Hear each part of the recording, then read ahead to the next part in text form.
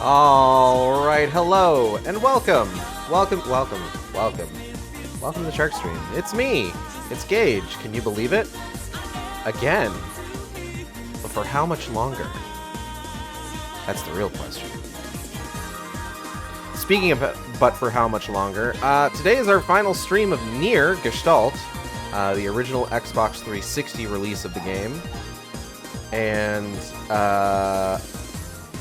yeah, it's...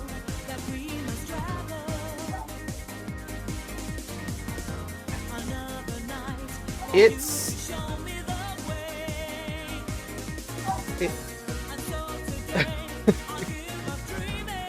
a bit bitter. It's a bit bittersweet, admittedly.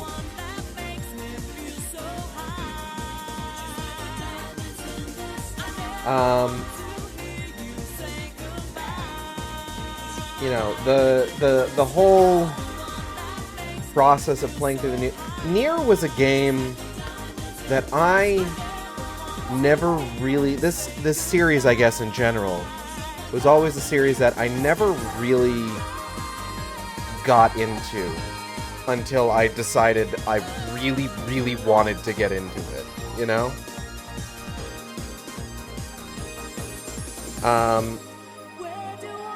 How to put this? The first stream of any NieR game that I ever did on stream was when the Replicant remaster came out, and I thought, okay, let me get some. Let me see if I can do some synergy here by playing the original NieR, because that was what I had. So I did a one-off stream of that. And it was a lot of fun. Like, it's a good game. And then, of course, after that, I think I beat Automata off stream. And then I decided that, you know what, I'm gonna stream all the NieR games. So I did Replicant, and then I think I did Replicant for the first time. I did my first run of Replicant, but I think I had done an off-stream run of the original prior to that, just to kind of like confirm that I could do it. And then, how near? NieR, good. How near to the end are we? Well, I have, for this stream, I have done a similar thing to what I did with Replicant, where, rather than making everyone sit through me playing through the game for a fourth time, I've gone ahead and saved. I didn't do quite as much legwork as Replicant, where, like, with Replicant, it was like, we were starting right at the final boss, we were going to get the ending, and then we were going to do Route E. Gestalt doesn't have a Route E. So, I have saved at the last save point prior to the sort of, like, final stretch of the game. And we're just going to play from there. And then what will we do once we finish? Which will no doubt happen relatively quickly, because my character is super busted. I got a plan for that. And you'll just have to stick around. But yeah, so, you know, I did an off-stream playthrough of NieR Automata, I did an off-stream playthrough of NieR Gestalt, I played through Replicant for the first time on stream. Then I played all the way through Automata on stream, getting the final ending that I needed on my off-stream file on stream, so that I didn't have to do all of the fucking legwork to get everything I needed to upgrade every single weapon in the game. I already had a file I did that on. And then here we are finishing up Gestalt. This is going to be the last NieR stream for a while, unless I decide, hey, I want to play through these games again and I want to do it on stream, which isn't likely to happen. And I know that Reincarnation is going to be ending soon. I don't know if they plan to do, like, one second.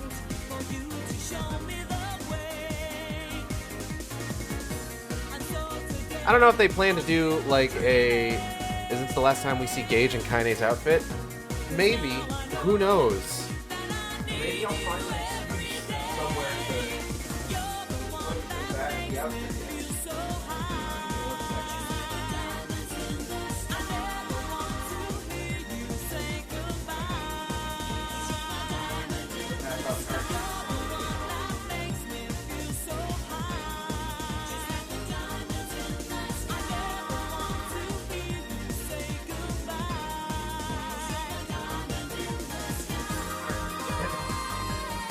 Maybe I'll find an excuse to put it back in the outfit.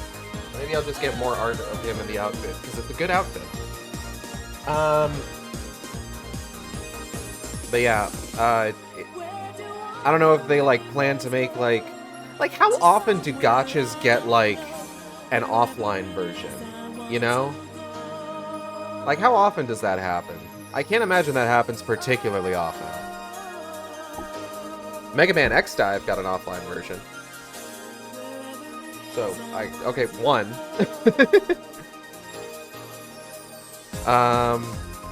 Almost never legally.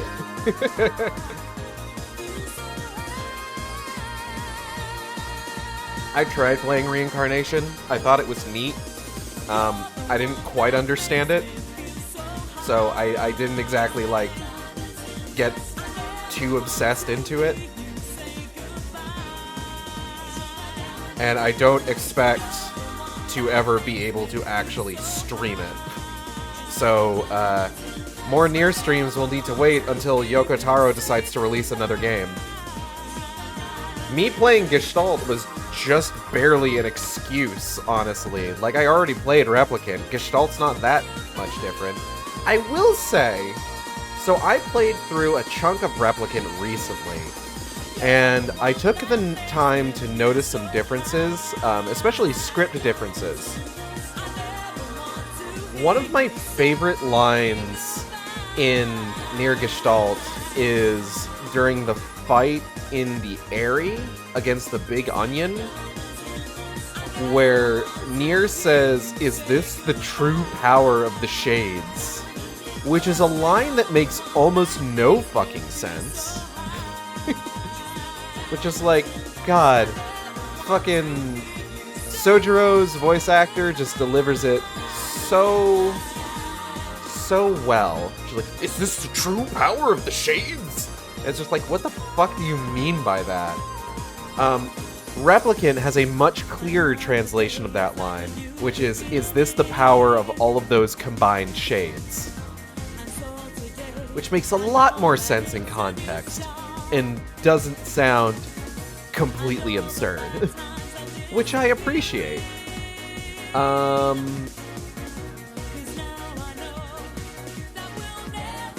yeah. So, like, there's not a huge difference between Replicant and this game. But I feel like the experience of playing as Dad NieR as opposed to Brother NieR, and the fact that this did have, like, its own original translation and everything, is enough of a reason to go back to it.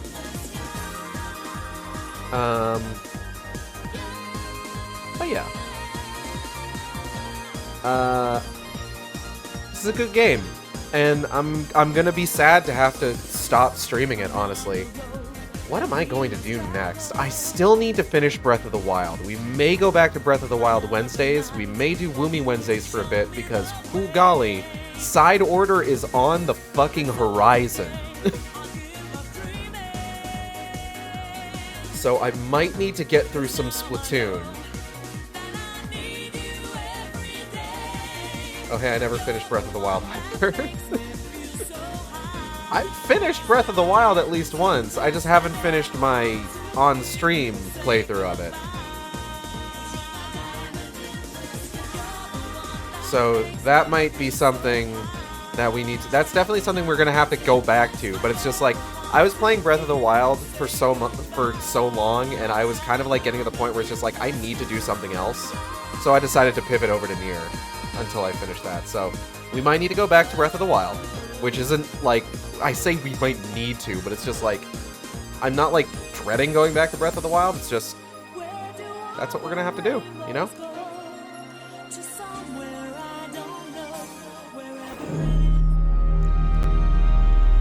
Oh, wow, that's really loud, actually.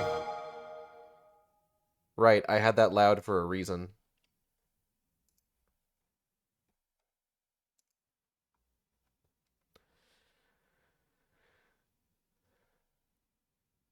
Everyone, please rise for our national anthem. Vice, you dumbass! Start making sense, you rotten book, or you're gonna be sorry. Maybe I'll rip your pages out one by one, or maybe I'll put you in the goddamn furnace. How can someone with such a big smart brain get hypnotized like a little bitch, huh? Oh, Shadowlord, I love you, Shadowlord. Come over here and give Vice a big sloppy kiss, Shadowlord. Now pull your head out of your goddamn ass and start fucking helping us! I'm gonna miss that more than anything. I'm gonna be real with you.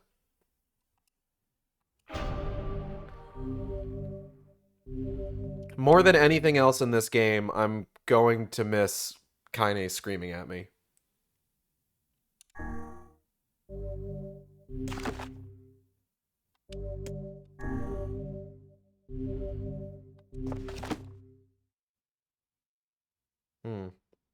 I haven't backed this file up. Oh well, that's fine. We don't back our file up. We delete it like men. Such an ominous sight. And yet I find it strangely nostalgic. Yeah. This is where Vice and I first met. Wow! This is where you used to live, Vice? Well, yes, I suppose. In a technical sense. Pretty nice digs for a floating magazine. At least it was free from annoying hussies like yourself. And now the path is open. I'm pretty sure all dialogue boxes are voiced from here on out, which will be nice.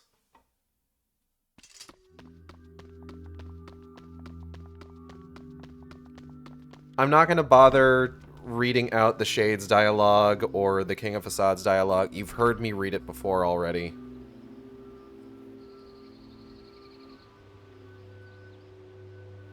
Nothing I haven't done.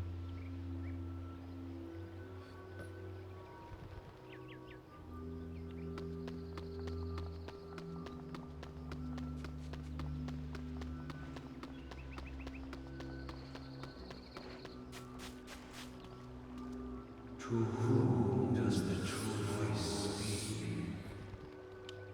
To whom does the true form show itself? Bird. You must answer.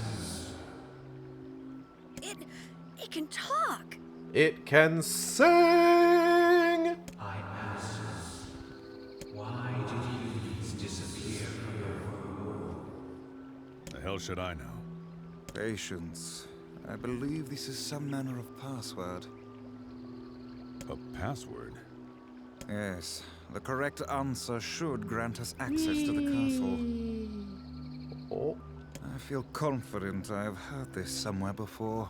Whee! To whom does the true voice speak? To whom does the true form show itself? Vice, that's not a password, that's a puzzle. No, that's security questions. I ask, That's a password. why did you disappear from your world? To whom does the true voice speak? To whom does the true form show itself? I ask, what was your favorite pet's name? One guard always tells the truth and one always lies. Gage, your mother's maiden name is not your password. You must answer. I answer because of a black disease. There. How can humans extend their lives? I am going to eat potato chips.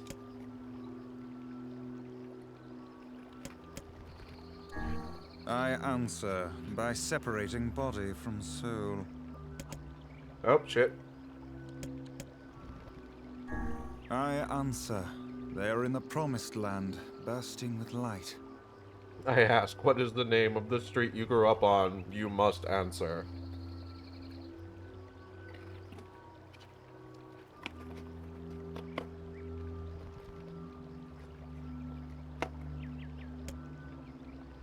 Wait, shit, I fucked it up. Blast. I appear to have made an error. Oh, well, this is new dialogue. That's fine. These pigeons are going to buy so much shit on Alibaba. What you must. I answer because of a black disease. I ask, how can humans extend their lives? I answer by separating body from soul. I ask, what is the destination of souls? I ask, what is your social security number? I answer they are placed in their corresponding shells. Very well. You are acknowledged as masters. You have been signed up for our mailing list. You may enter. Well then, seems the way is open.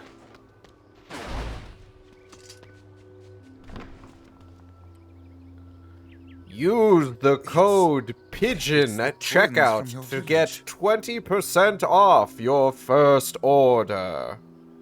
Popola, Devila, what are you doing here? Today's riddle is sponsored by honey. Hey, any chance you'll just go back to the village? Yeah, why not? This is a very dangerous place. Even if you can find Yona here, you probably can't get her out. How did you get here? Shh. We're asking questions right now. Popola voice. This boss fight is sponsored by Raid Shadow Legends. No dice, huh? Well, I guess we don't have a choice. I think it's very interesting that one of the decisions they made, switching from Gestalt to Replicant, to the Replicant remaster, is that when you say they're right, let's go back to the village in this, it just warps you back to the village.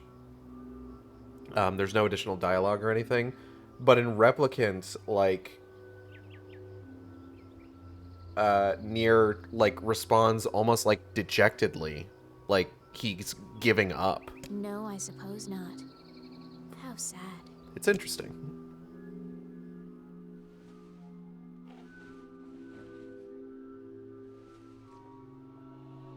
We didn't want to fight you. It's true. We didn't want to. Y'all, I've done this fight 3 times. I don't believe you anymore. Real talk? What's happening? We never thought you'd grow to be this powerful. This is madness. Why do you block our path? You have no cause to speak so with us, Grimoire Weiss. You are a traitor. I'm not doing damage.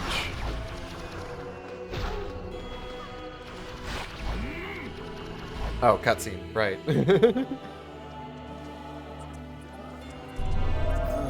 What now? Excuse me.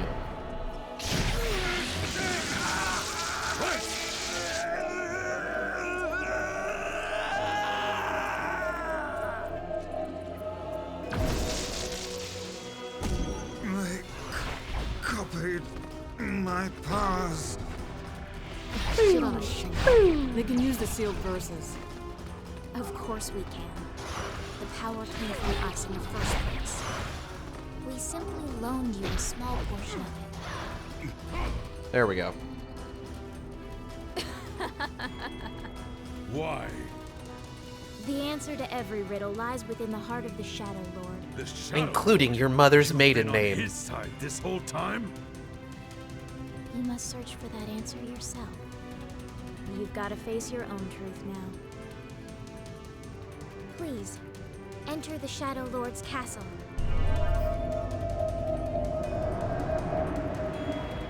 Okay, bye, ladies. Wow, they just fucking choom. Devila and Popla are fighting us. Yes, they do seem to be putting us through a great deal of...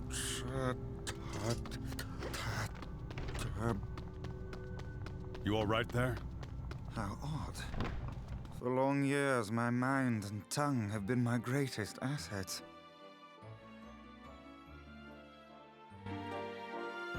Hello again, Brutalist Hallway.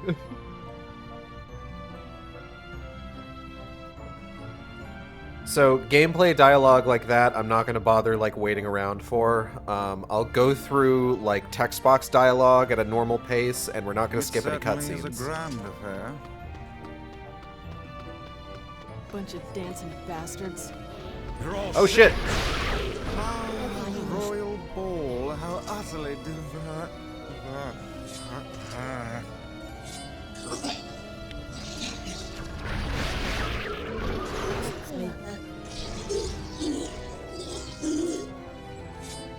I think we're locked in. It's not like I was planning to leave. Yeah, it's a bit late for that. Yeah. Who's next? There we go.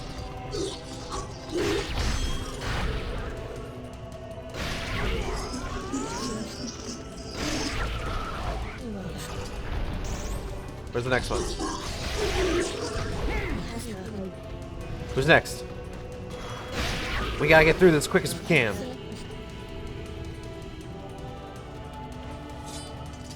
Where? Where? Which one? There we go. So what's been going on recently? Super Bowl happened. That was a thing.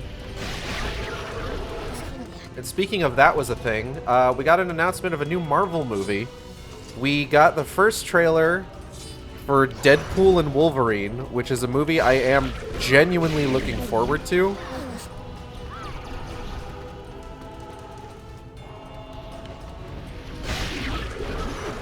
They seem to be leaning hard on, like, doing,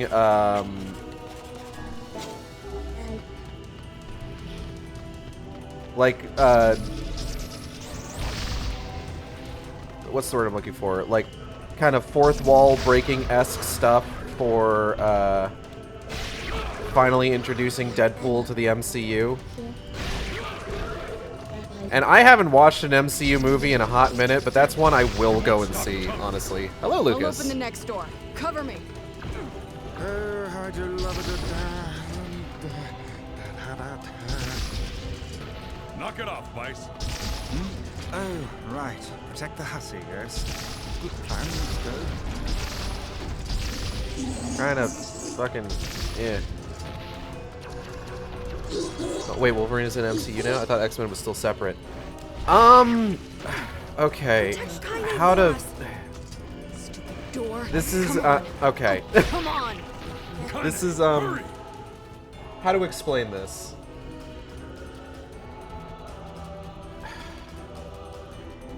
Okay, who the fuck... Okay. Beast shows up at the end of the Marvels, apparently. Played by Kelsey Grammer, who played him in X-Men The Last Stand and Days of Future Past. Professor X, an alternate universe version of Professor X, shows up in Doctor Strange and the Multiverse of Madness, played by Patrick Stewart, but fashioned after his appearance in the animated series. Like, he's got like the levitating chair, and as he comes on screen, the musical motif is the 90s animated series, like, theme song. He also dies in that movie, along with the rest of the Illuminati. It's kind of a terrifying scene, admittedly, because they're all killed by Scarlet Witch. Anyways, so Deadpool, so in the trailer for Deadpool and Wolverine, it's showing him in the X-Men film universe, like the one that he's been in for like the last two of his movies. And then he gets pulled aside by the TVA, the Time Variance Authority, from the Loki TV series. And they're just like, hey, we're folding you into the MCU.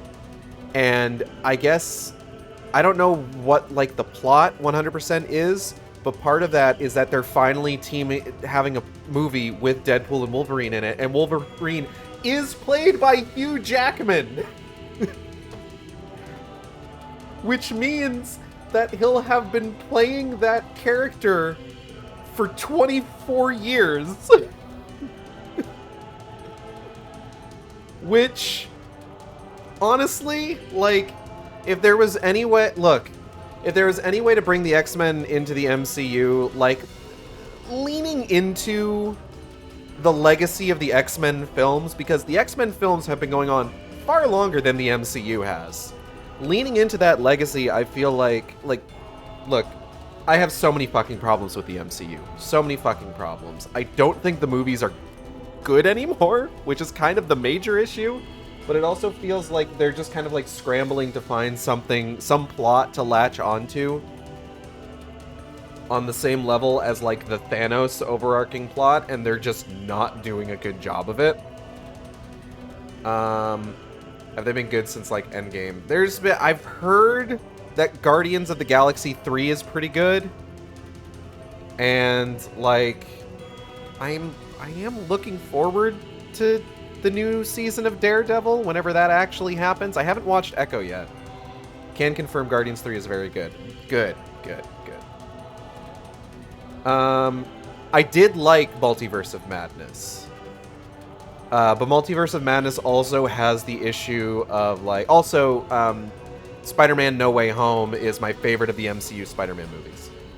Multiverse of Madness has the problem of you kind of need to have seen WandaVision to understand Scarlet Witch's motivations in that, which is a problem.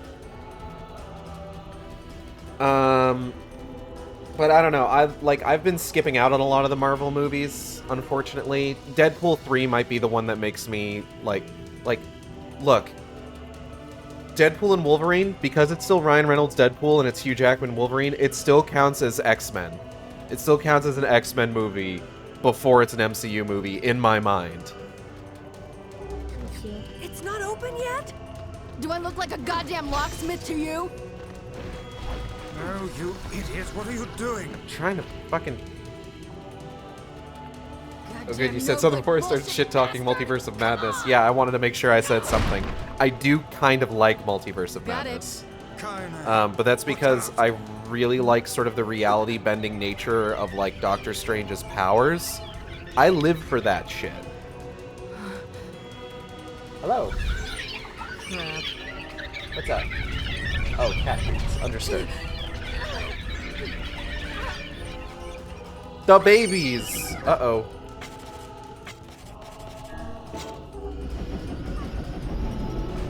The babies!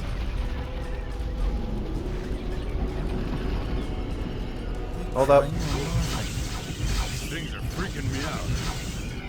We need to help Kaine. I like the first Doctor Strange movie. Didn't see Multiverse of Madness because, gonna be honest, didn't want to watch a whole TV series to get the full picture. That's fair. Like I said, that's kind of its main issue. I'm expecting Deadpool and Wolverine because, like, part of me is a little worried about Deadpool and Wolverine because it does feature the Time Variance Authority, which was a Loki TV show thing. But I don't think it's going to be required watching. The entire X-Men film series, of course, is going to be required watching.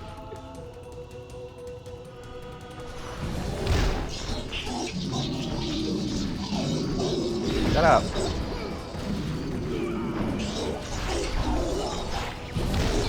Ow. Got it.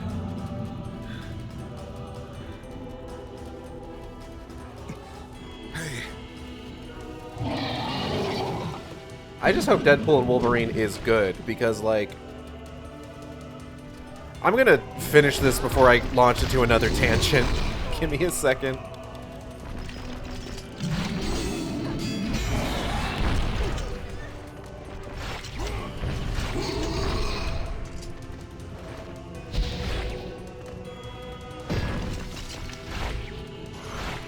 even hurt this thing? That fog! Oh no! We can't stop now. Damn it. Stay focused, Kaine. No! Don't fall victim to such distractions! Come on! We have to keep going! Move it!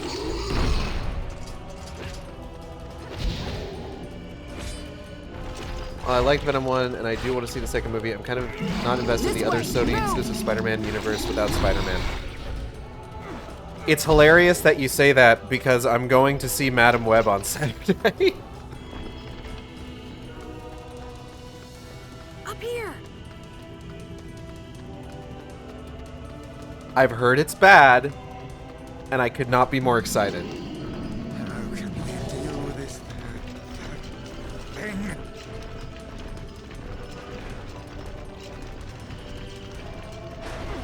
Please hurry!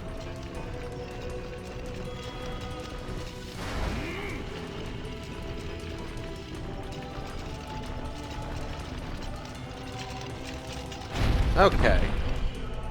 I'm not saying you shouldn't watch them. No, I know that. I just think it's really funny that just like I don't have any investment in this in the Sony Spider-Man universe. It's just like it's funny you say that. I also heard it's bad, and I may or may not watch it if I can drag other people along with my surplus of tickets.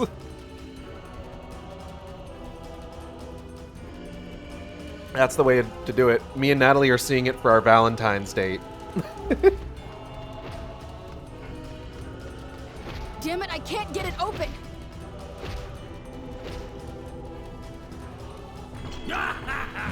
Oh, you pissed her off now!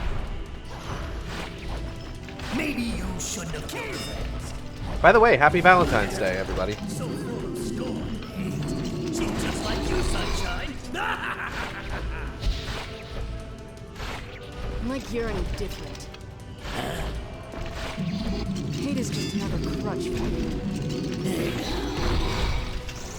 You're in. Strike the... Okay.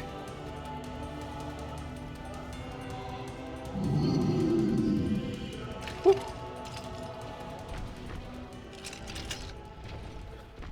Friend of the stream and roommate Ixao said that he had heard somebody mention that it was worse than Morbius, which is not possible because A, I actually like Madam Web as a character, and 2, Jared Leto's not in it, as far as I'm aware. It's not really a thing in Brazil. We have Lover's Day instead of a different date, but happy Valentine's Day. Thank you.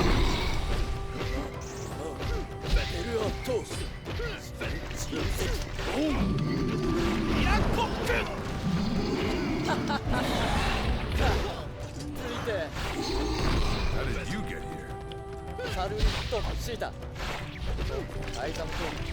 Let me out, let me out. Let me finish this fucking...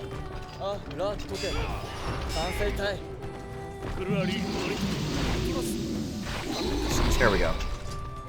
But Don't talk! Stay!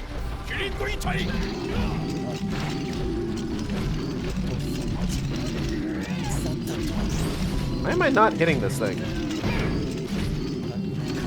Why am I not hitting this thing? What the fuck? Oh, there we go. Alright, door's open. Let's get the hell out of here. hey, stop! Let me go! So, the tangent I was about to go on before. King! Fuck is that? Anyway, the tangent I was going to go on before is that, so the X-Men movie series... Hi, Cal. You missed me talking about how excited I am to go on a Valentine's date with my wife on Saturday to see Madam Web, which is apparently bad.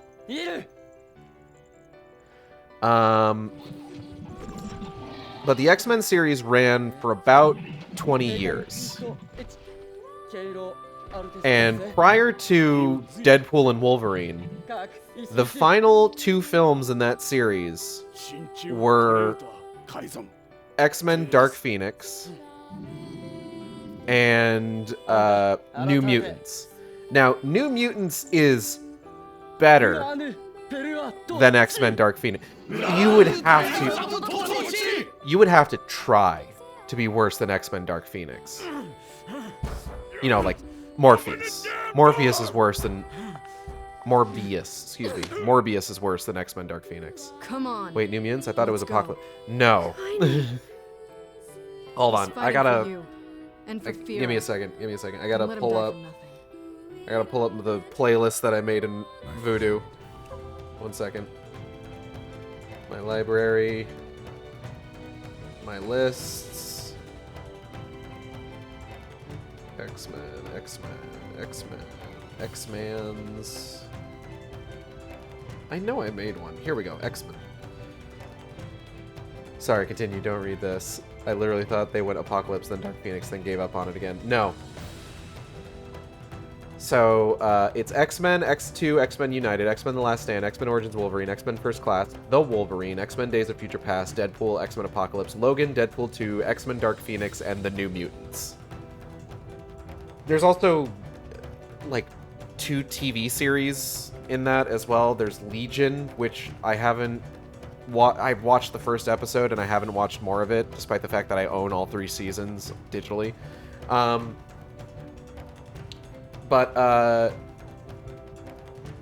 So New Mutants is better than Dark Phoenix. Dark Phoenix is so fucking bad. Dark Phoenix is so bad. It is just the worst. Like, I cannot stress enough how fucking garbage Dark Phoenix is. So New Mutants being fine is, like, better than Dark Phoenix. My slut, the bar is so low, you burn it. And yet, Morbius kept digging deeper. God bless their hearts. But yeah, you have to try to be worse than Dark Phoenix. And New Mutants is thankfully not worse than Dark Phoenix. New Mutants is fine. Like, it's okay. I like it, personally. But it's not a great... It's still not a great note to end on, you know? It's like ending on a gasp instead of a whimper. You know what I mean? So, Deadpool and Wolverine seeming to be not only part of the partially an introduction of like X-Men film elements into the MCU, but also seeming to be a swan song for the X-Men film series. I hope it's good. I hope it does really well. You know, fingers crossed that they don't MCU it up.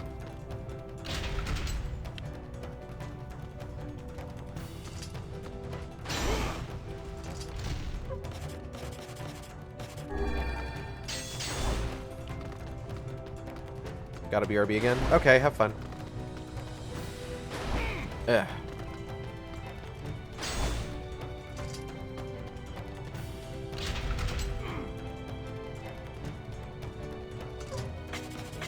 Oh, I do have Dark Phantasm on. Okay, cool. All I want are 2 things that will never happen. What are those 2 things?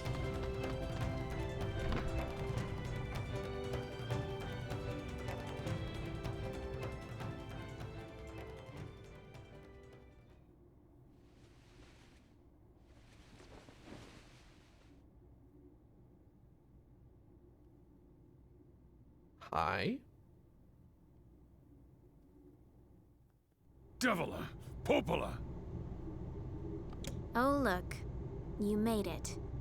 We've been waiting for so long. What the hell is going on? It began 1,300 years ago. Humanity, finding itself on the brink of extinction, undertook a last-ditch rescue plan called Project Gestalt. Gestalt? Do you still not remember, Grimoire Weiss? Then let's give you a refresher.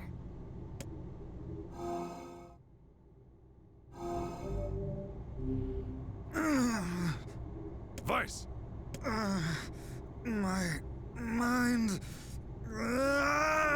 I do love the vocal effects that they put on Vice for Replicant. It makes it so much more interesting when he starts like falling apart towards the end game than him just like with these like stutters and being like, you know.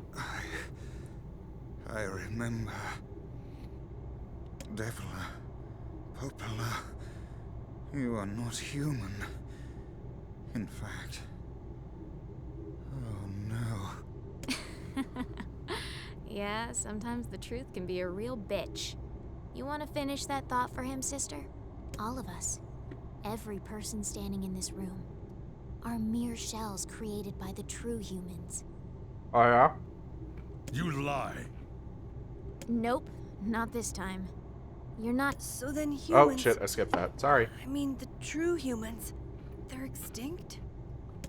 No, they still live on. You know them as shades. Each shade is a twisted remnant of what was once a human being. Crazy, huh? Now let's skip the part where you stand there with your mouths agape and just get down to business. Yeah, alright. Wait.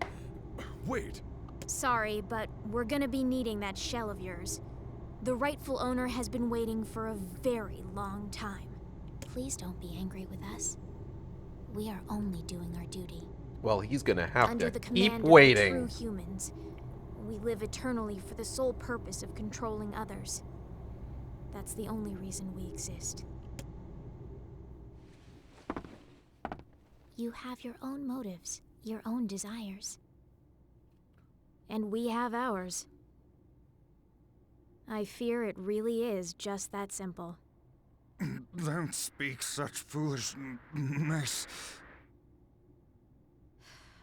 Sorry. You're forgiven.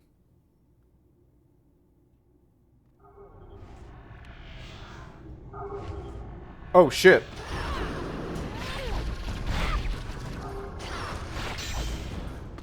We're the same. You and us. Tools in the hands of the master. I'm nothing like you. None of us are. I'm super busted.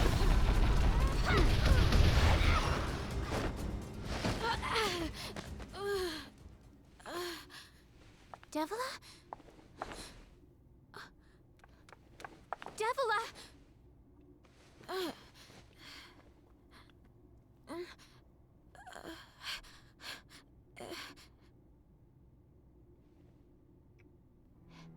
Hey, Popola.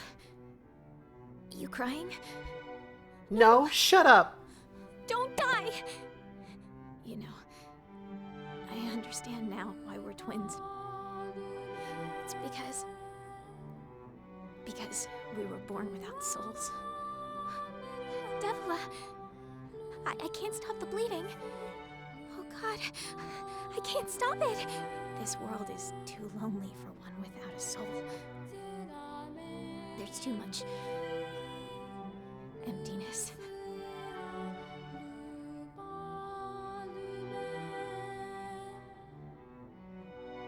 Our souls are missing, but our tears still work. That's kind of weird. Sorry, sis. I love you. Who creates an android that can bleed? Devila! Don't you go! That just seems cruel. No, I can't be alone! Devila!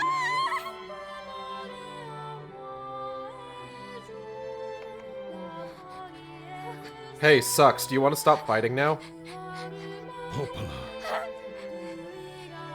Let's stop this now. Stop? You want me to stop?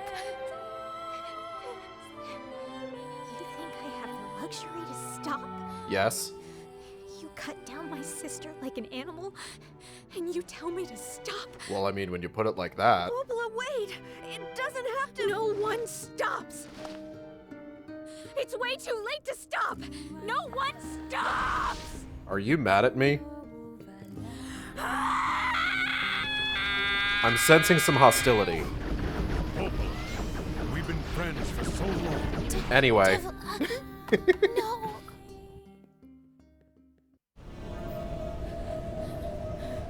No stopping. No stopping ever.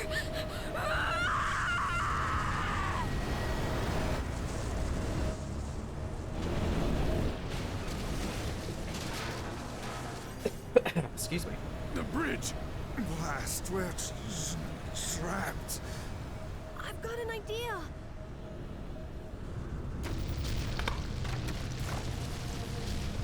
Sorry if you hear me, like, opening up a case. I got the Blu-ray of the Fatal Frame movie today. And I'm very excited to take a look at it.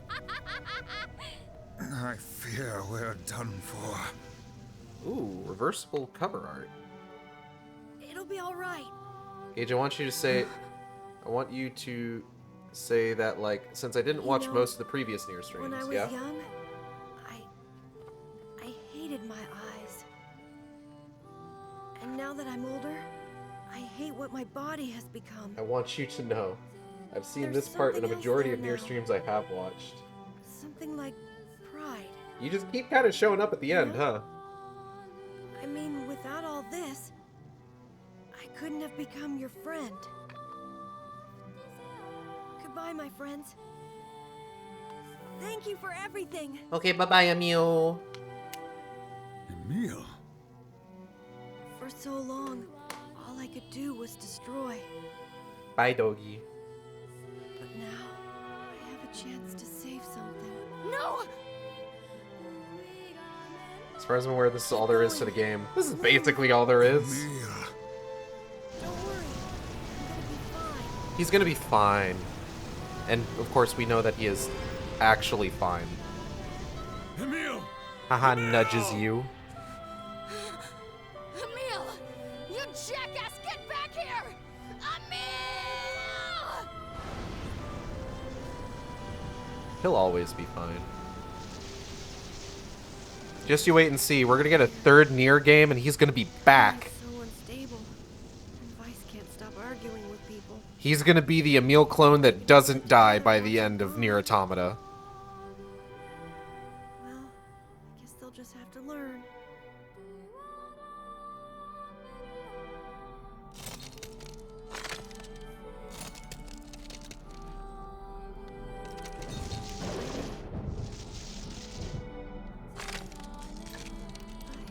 I think they do try to make him say the character's name. I want to see you again. I want to see all of you again. Just one more time. It's kind of hard to tell, because it's very quiet. I'm scared. I don't want to. Die.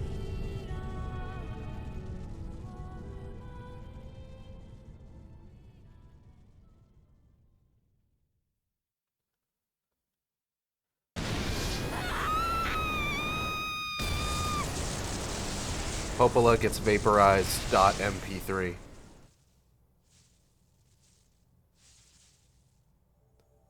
They should say the name with Microsoft Sam voice.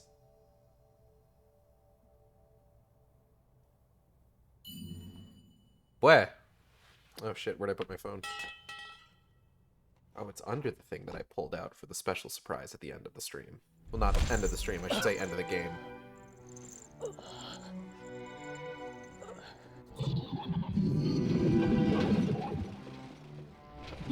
I have a notification from Wingstop on my phone that's just OMG Hot Honey's back. And I haven't I haven't dismissed it because I really want to find out about Hot Honey being back.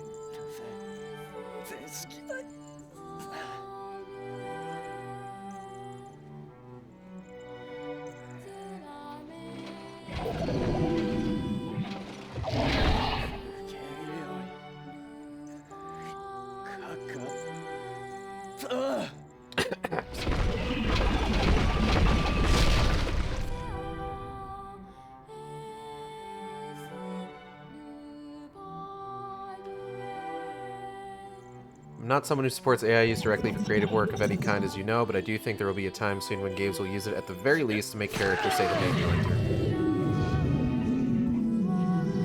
If it is literally only that, with no other AI generation used for voice acting, I might be okay with it.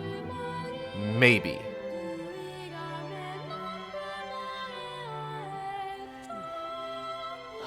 Shout out to all the Quaitlins in the world.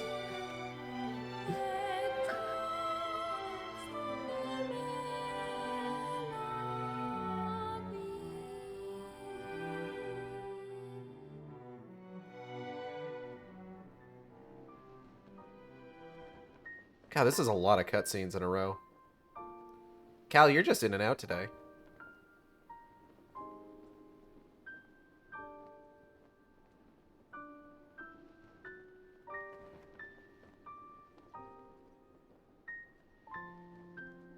Raggy's on the other side of the room grooming himself, and he's licking in time with the music, which is kind of impressive, actually.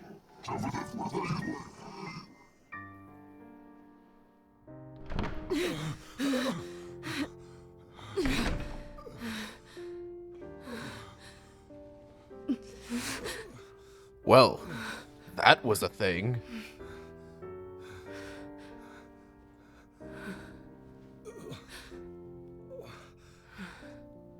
Well, that just happened.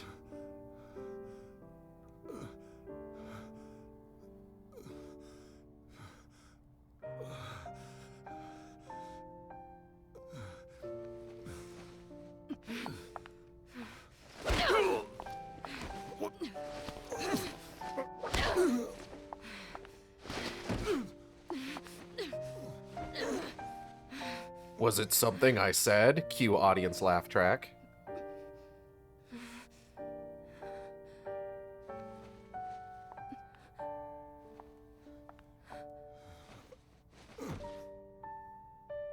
Let's go. I'm just absolutely ruining this very emotional scene about how Kaine's been so focused on being full of anger and hate for so long that she doesn't know any other way to express her emotions than beating the shit out of NieR. And then in a split second, when their faces are very close together, she gets a flutter of something else. And it's just like, no, I need to stop.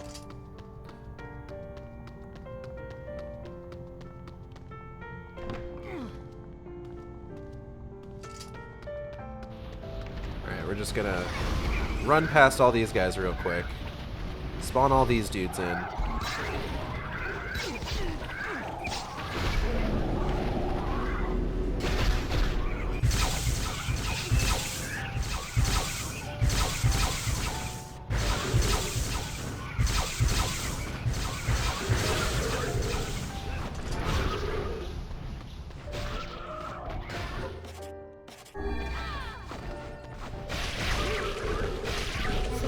Do you have the max attack power weapon with you? That's what I'm using. The max attack power weapon does not have any effect on how well Dark Phantasm works, though. That's purely, like, magic damage output.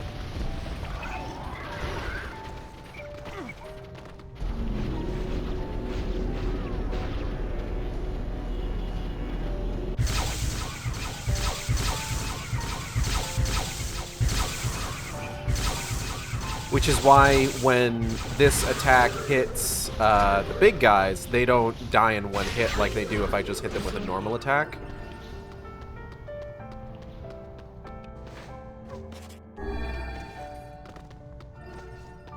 Leather boots.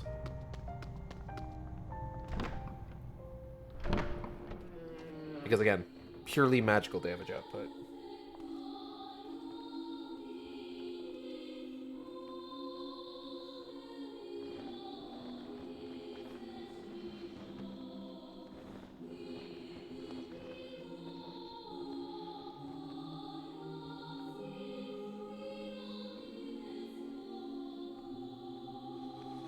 Yona.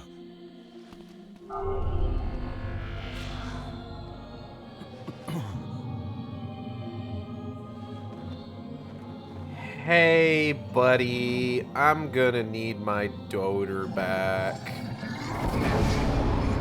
I don't think he's gonna let me take my daughter back. I'm gonna be honest with you. He seems mad. Are you angry with me?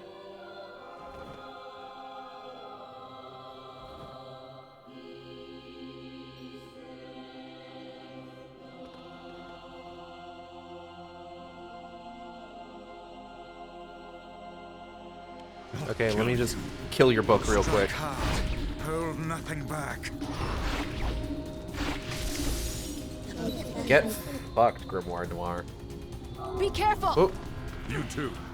Hey, Sunshine. There's something kinda weird happening in your heart. The hate is gone. The sadness is gone. that's nice, Just a bunch Tyran. of Give me a white right moment. now. I don't know what's going on, but I don't like it.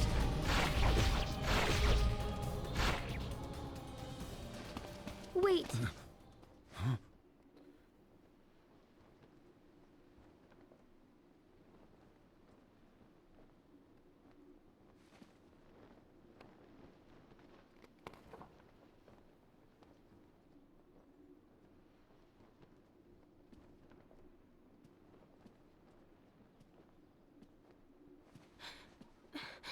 Dad.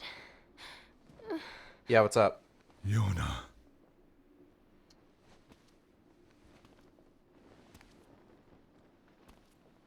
Oh, that dad. Never mind. What? This Yona has two daddies.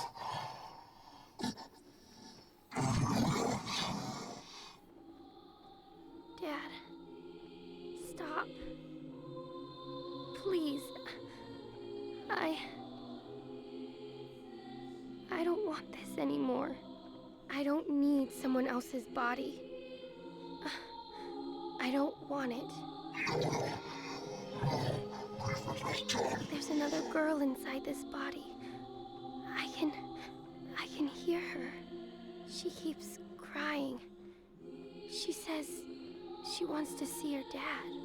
Yona's been possessed? This girl loves her father too, as much as I do. She loves him just as much. It's not right that she can't see him.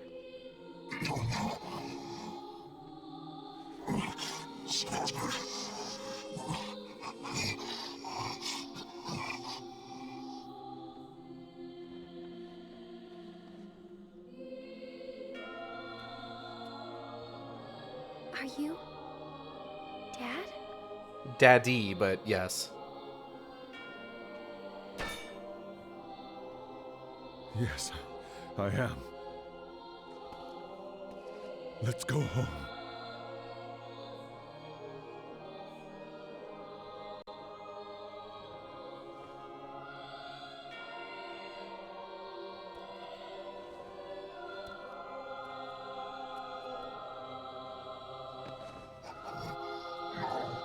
That's not the way to home. That's the way to the window.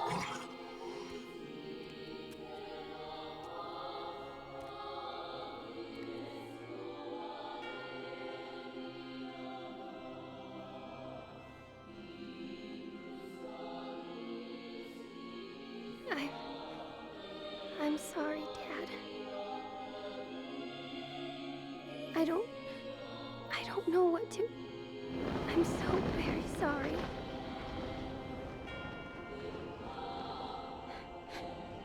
I love you, Dad. I love you. I love you too, Yona. Oh, you're talking to... Oh. I'm sorry. I kind of stole that one from you, big guy. I hope you're not mad at me. Hurry. The shade that possessed her is gone.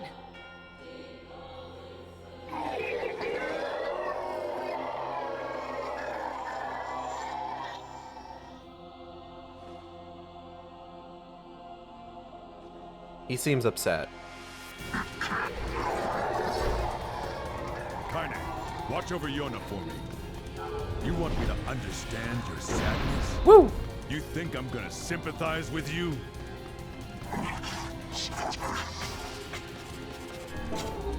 I swore to protect my daughter and my friends. If someone puts them in danger, they must stand aside or be cut down.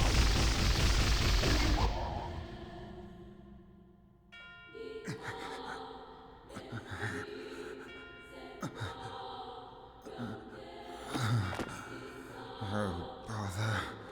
One moment, please. Oh yeah, sure, take your time. Fine, just fine. All right, no, I'm not. Yeah.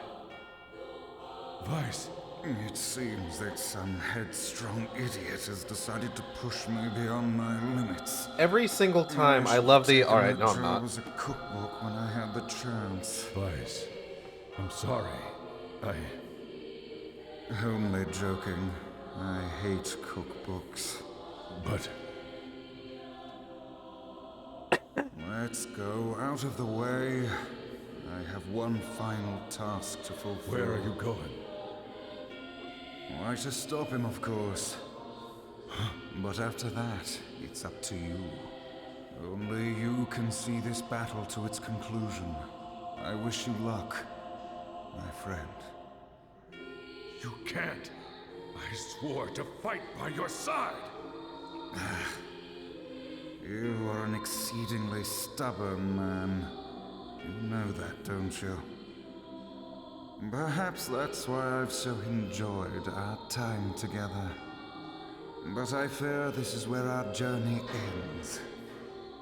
Vice, Oh, and remember what I told you about using my full name? Well, forget it. I've grown rather fond of Vice. Vice. I knew you'd come around. Don't let it go to your head now. Oh, I gotta start playing again, hold on.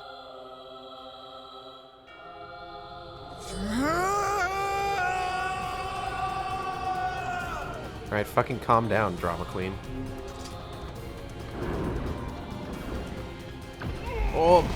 Oh god, the fucking, oh god, the magic bullets. Ow. Okay. Ugh. I have something to defend. I have a reason to live.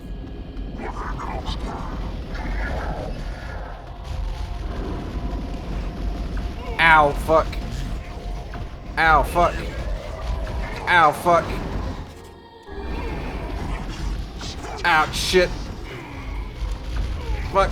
God damn it. Ah.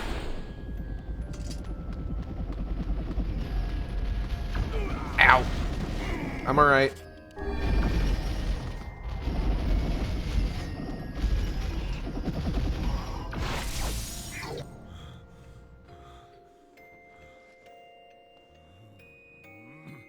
I'm overpowered, so really I should be breezing through this 15 minutes later. I just beat the boss! What the fuck are you talking about?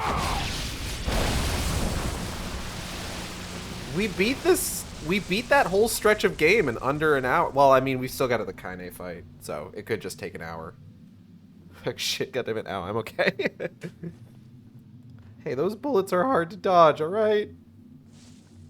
We don't have Vice anymore to block them with.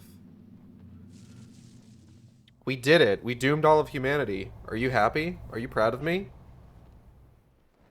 How are we feeling about that? Kaine, how you holding up? Precious. Poorly. I'm happy for him. You know, Sunshine, that black scroll has almost completely taken you over. Yeah. But did you fight for your No. friends? But goddamn, Yes. we had fun, huh? Killing and killing and more killing. What a rush. Yeah.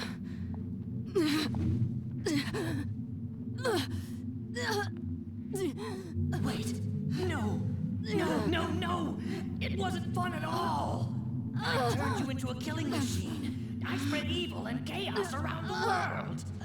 But it all feels so empty now. Why? I don't understand. Around the world? Tyran, you were in, like, a neighborhood, basically. Sorry, Sunshine.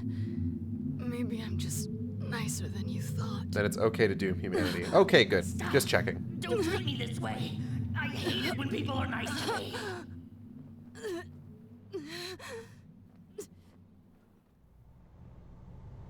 I'm gonna swallow you up, Sunshine. I'm gonna swallow you whole. Yona, could you hear that shit? Hey, Kaine, what's going on? Kaine, what is it? Listen to me. The All right, I'm shade listening. inside me is growing, and I can't stop it. Well, that sucks. Soon. Real soon. I'm gonna go berserk. Could you not? Just, like, maybe not in front of Yona? I can't hold it back anymore. Kaine, you have to fight. You have to... Just shut up and listen to me.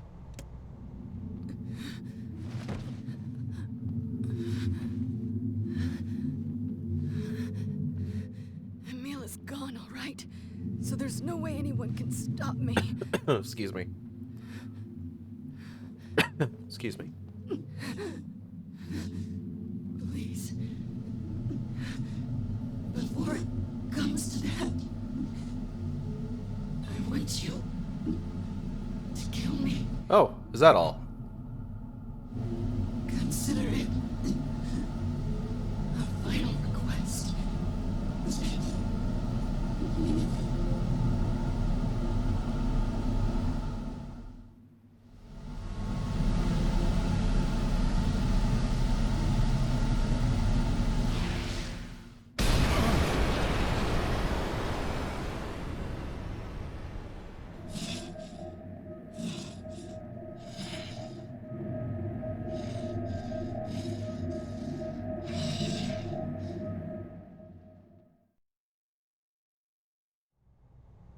Tyrant! I don't want to hurt my friends! Well, hell, Sunshine! It's not like I can stop it! When gestalts go out of control, they lose their minds. Your memory and mine will be completely overridden. Hurry! Kaine! Interesting difference between Gestalt and the Replicant remake is that in Gestalt, this dialogue from Kaine is fully understandable. But in the Replicant remake, they actually made it so that it sounds like any other shade talking, where NieR can't understand it. Run! I just thought that was neat. Oh shit. God damn it! There has to be a way! No!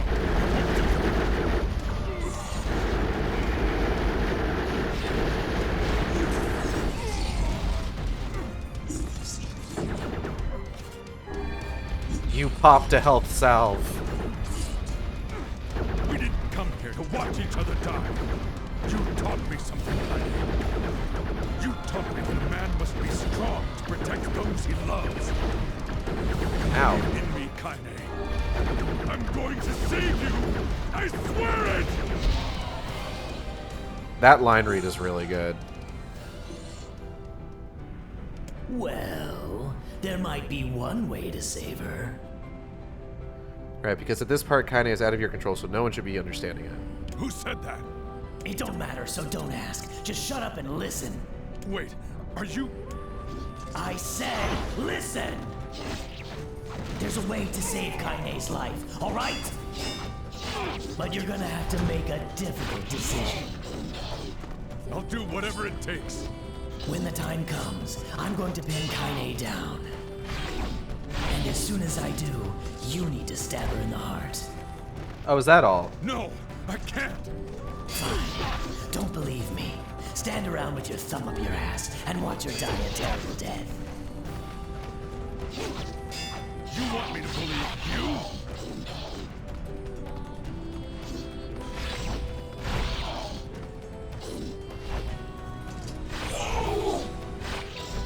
There we go.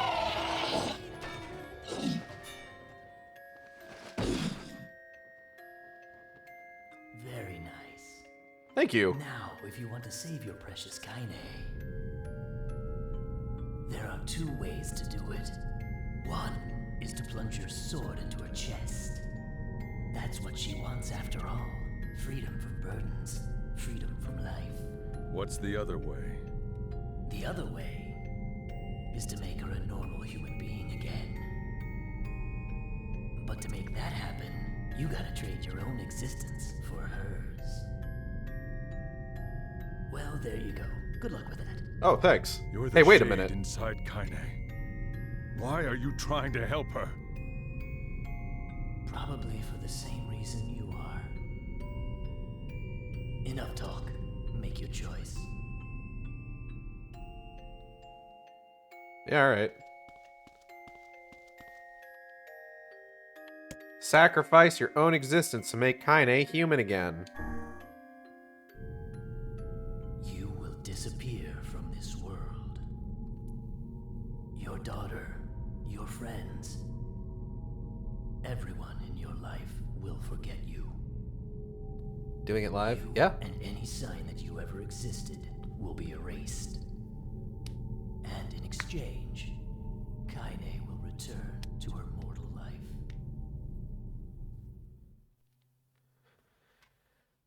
So I've seen it discussed, I think by Yoko Taro, that he considers killing Kaine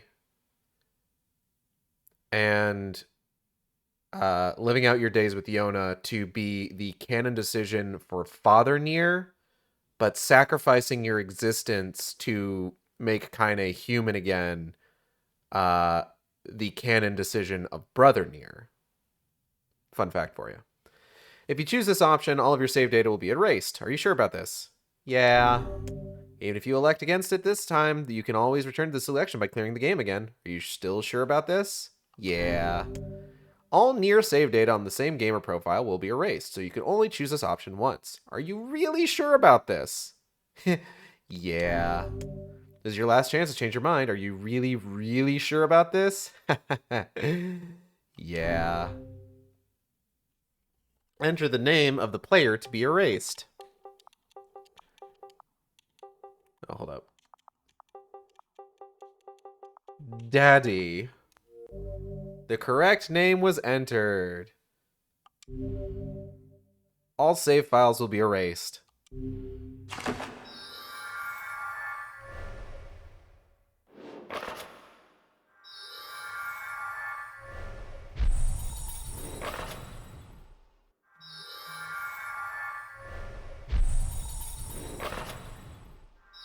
Oh, it shows your save being erased. Oh, yeah.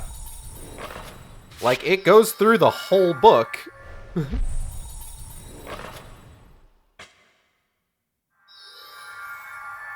All my fishes. All my tutorials. All of my documents.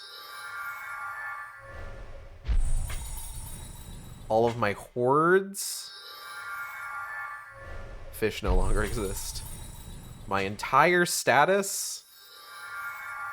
I want to make it just like doubly clear. I didn't back up my save prior to this. So this is a legit erasure of everything that we've been doing over the last few months.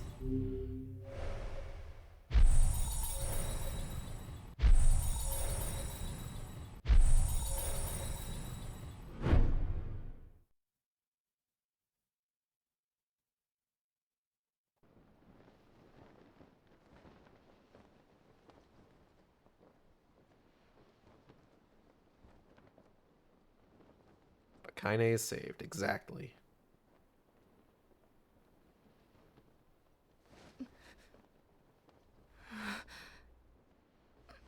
See, she's fine now.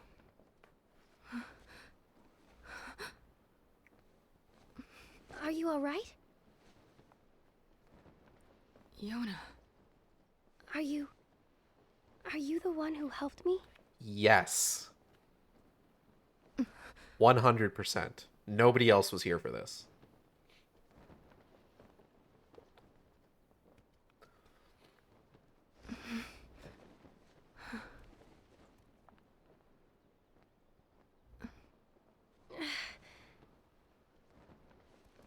Oh, thank you.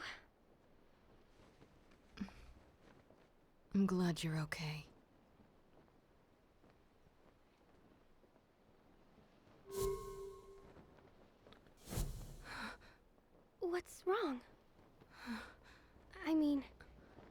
you defeated the Shadowlord and everything, but you don't look happy. I don't?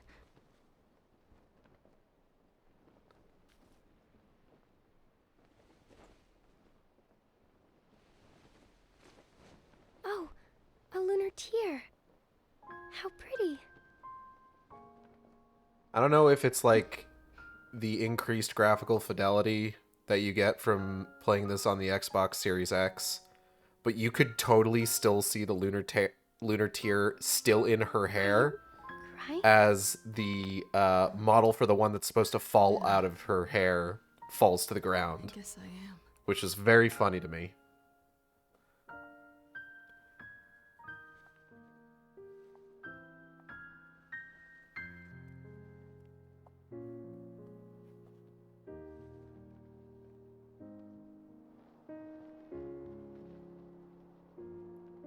It's like I just found something special. So that took us about an hour to get from Something very special. the last save point to the end of the game. So that's ending D.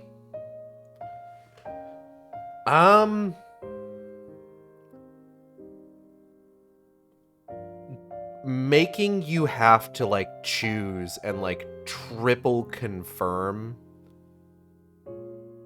that you are 100% okay with having all of your save data deleted is quadruple confirm is such a strong fucking statement to make. I love it. And what's even more fun about that is I can now never use the name Daddy again for this game because he was erased from existence. Like, I had the bit at the beginning of this stream where I tried to put in NieR as the player character's name, and it didn't let me. And I had actually planned for that because I had played through the game prior to streaming it as a character named NieR and gotten ending D as a result of that. And it made it so that I could never use the name NieR again if I ever wanted to replay this game. Even with all the warnings, I thought I can just do another New Game Plus run and found out I couldn't. Yeah, no, not at all. This is changed in Replicant, of course, and then in... So next time you play through this game, we gotta come up with a new name. I'll probably just do Beefsteak. I nominate Kitten. Kitten is also strong. Beefsteak seems to be like my go-to for like choosing your own name for a video game. Or Beefsteak in the case of like Zelda games where you've only got like 8 letters to work with. But Lucas does make a good point. That did make for a pretty short stream, huh? Like, we finished before hitting the hour-and-a-half mark. That's a little odd, don't you think? It's odd that I would have a stream that's this short. Don't you think so? Don't you think that that's odd? Isn't it weird that I would have a stream that's this short? Even with me talking at the start of the stream? Yeah. Isn't it strange? Isn't it weird? Do you think it's odd that I have a stream that's going to be this short? It's so weird. It's so weird. God, a lot of people worked on this game, and they're all going by in alphabetical order. It's almost like you're being a coy bastard and you have a surprise that I will either love or hate. It is in fact quite an oddity, but you would never do. I would never do something like that. That would be so unlike me.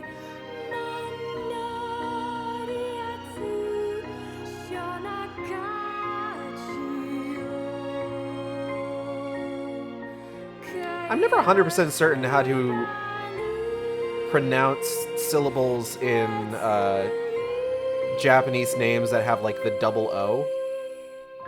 I trust my local great white shark to never buffoon or jape me with such hoaxery. You say that, but I'm not a great white shark. So can I really be trusted?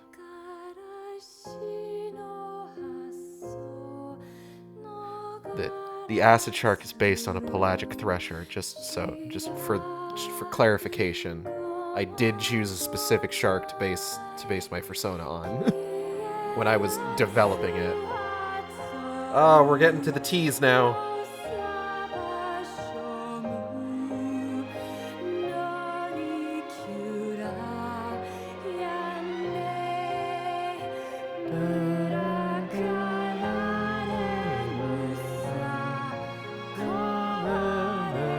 Threshers are cuter anyways, you're right. This music always makes me think of Fly Me to the Moon. Yeah, this game even has Spike Spencer in it. Oh, we're in the W's. The W's. The Y's! We're almost there!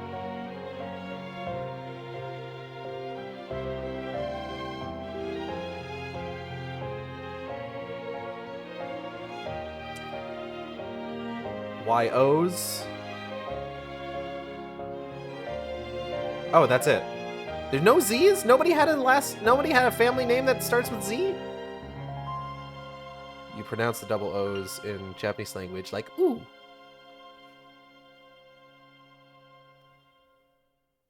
It's kind of funny to see you write that out that way because it's just like what?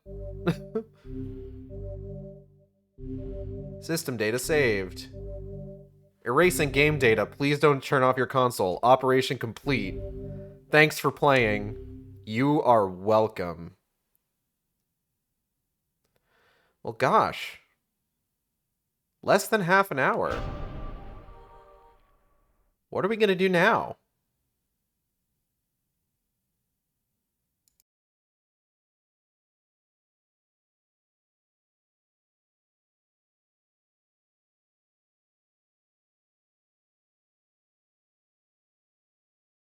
Hello and welcome to the Sharkstream Book Club, where today we will be reading The Lost World from Grimoire NieR. I probably should have checked that sound stuff before I started this. But alas, I didn't think to do that. I spent all this time setting up all this nonsense. There's a book? There's several books. There's Grimoire NieR, there's the NieR Replicant novelization, which is in 2 parts. There's NieR Automata, long story short, NieR Automata, short story long. There's Yorha Boys. There is the NieR Automata Yorha Pearl Harbor Descent Record manga, which is currently being released, and I believe Volume 3 is coming out in March.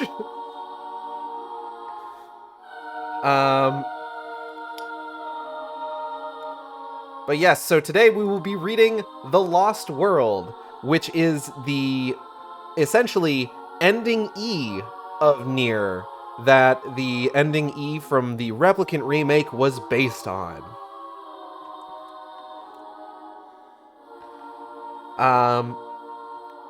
Yeah, I knew I was gonna have, like, a lot of time at the end of this stream, because, like, I wasn't going to play through the game a 4th time. So I decided, hey, you know what would be fun?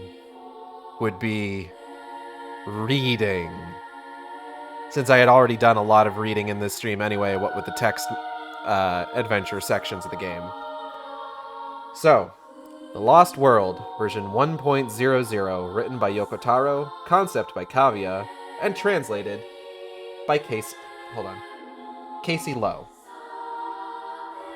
The end is near. The end of NieR. What a shit show, Kaini thought. She didn't know what happened, other than that a shock wave from something had sent her hurtling through the sky like someone might toss away an old spoon. Unable to position herself to break the fall, she landed hard, managing a sloppy sort of roll that she pulled herself out of by planting one of her swords into the mechanical floor beneath her. Yep, total shit show. But there was no way she was going to turn and run, no fucking way. She used the planted sword to pull herself up, then lifted one in her left hand to eye level, using it as a kind of shield. First, she'd need to take care of the second wave hit. For a moment, the world went red as crimson spatters swirled around her like a whirlwind. An instant later, it was followed by an explosion, sending debris dancing in the air. Kaine finally understood what was hitting her. She was being blasted with high-pressure water that shredded her skin.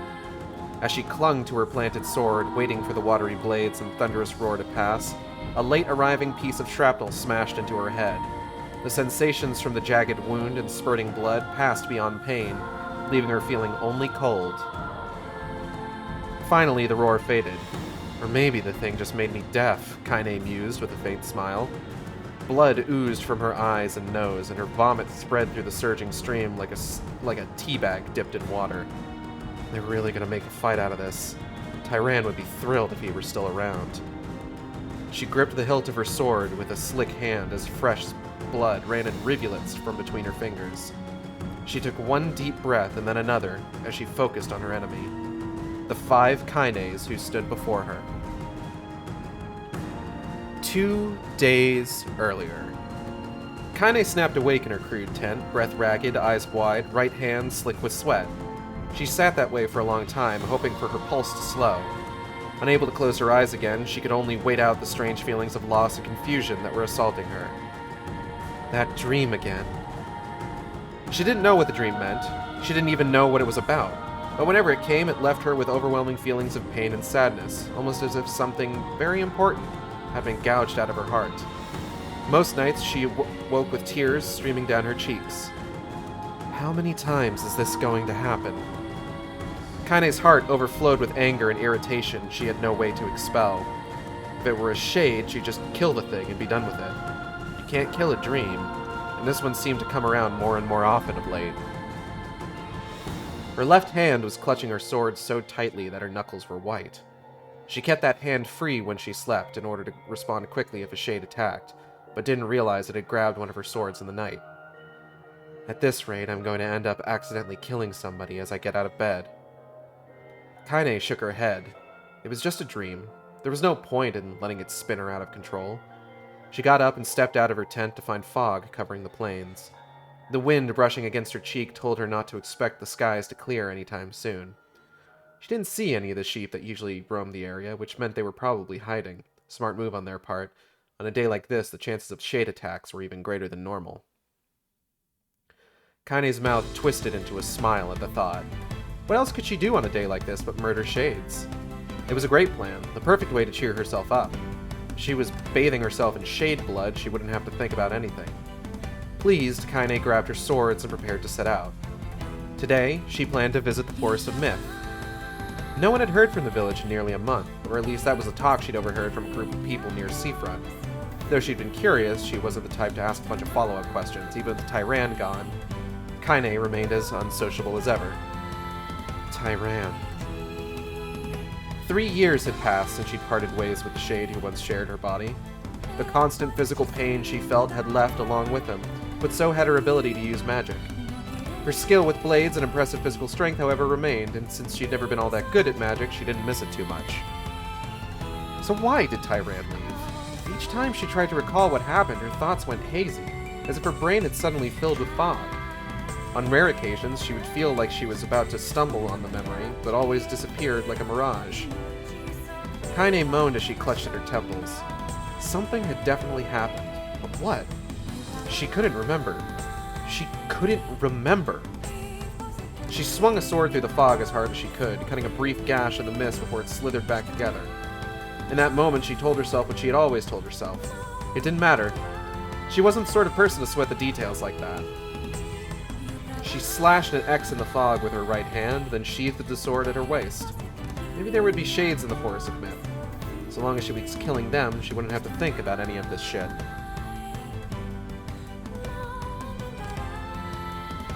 I need to make sure that this doesn't restart when I switch around here. Okay, so. Here are my notes.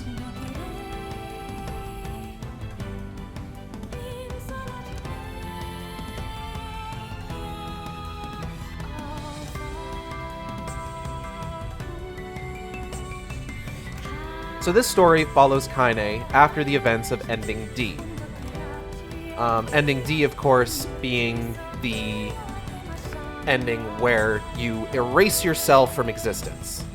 Now, I'm gonna turn this music down. Is this music too loud, by the way? Am I able...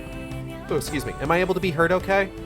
It's a little up there in my ears, so I don't really know how it's like coming through on stream. Hold on, it's fading out. This wouldn't be a good measure of whether or not I can be heard particularly well. Give it a second.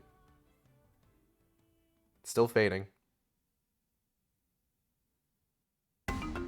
There we go. So am I able to be heard okay? I just want to be sure. I might turn it down just a little bit more. Okay. Now, what's important to keep in mind here is not that NieR and all of his actions and accomplishments were erased from existence. Everything he did still happened.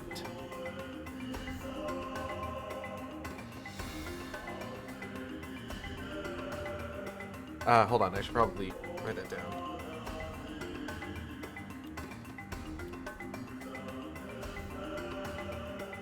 Yep. The difference is that now no one can remember him. No one can remember that it was him who did those things.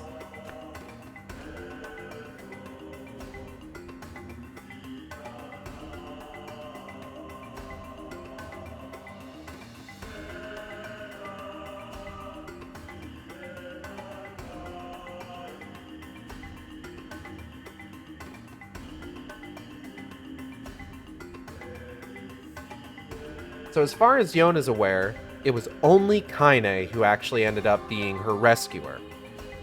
This is handled in interesting ways in the Ending E scenario of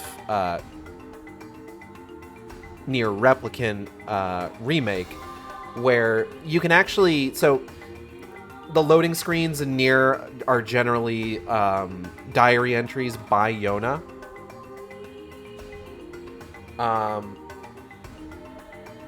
So, like, she'll write about, like, interacting and speaking with Kaine. She actually really likes Kaine. It's kind of cute, honestly. I hope Kaine gets attributed to all the shit she didn't do while, like, dead/asleep, etc. That would be kind of funny. Yeah, who killed all those shades while Kaine was petrified? Oh, it must have been Kaine. But Kaine was petrified. It must... Oh god, my nose is bleeding. No. That being said, one of the sort of, like, remaining issues with this is that Kaine still has, and I would imagine that, like, anyone who was particularly close to NieR still have, like, this itching at the back of their mind, like there's something important that they forgot.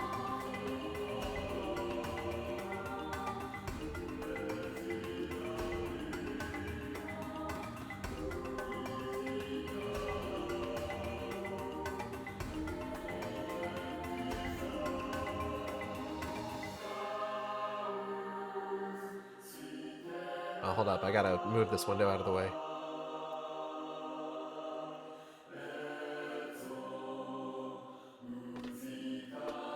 It's like this weird void in their memories where it's just like, we know that there's something there, but we can't remember what it is. This is manifesting with Kaine as dreams.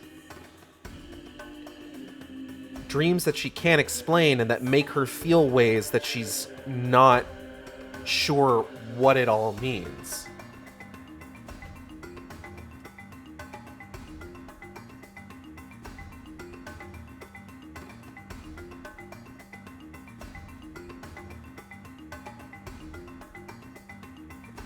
So, what better way to deal with this than to go out murdering some shades?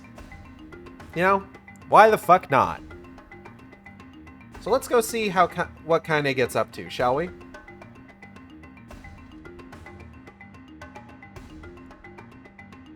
Honestly, that's very Kaine of her. You're right. 3 years ago, she'd saved a girl named Yona. It was the same day she sent the Shadowlord to his grave, the day her own shade disappeared, and the day the moronic plan of the true humans crumbled into dust. Oh, but that wasn't the end. Having lost their lord, the Shades began launching haphazard attacks on people in an attempt to reclaim their bodies. If the whole Project Gestalt business those traitorous priests kept talking about was for real, then the world was drifting further and further from how it was. What the fuck was that? From how it was supposed to be. Instead of reuniting, Gestalts and replicants were murdering one another, and Devil and Popola, the priests who were supposed to be running the entire show, were both dead.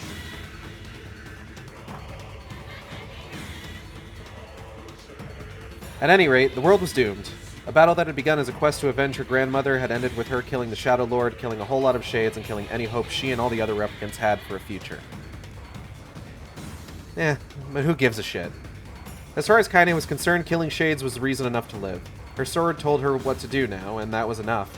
Whatever happened to the world would happen, and until it did, she would keep fighting. She'd tell no one the truth, instead devoting herself wholly to the battlefield.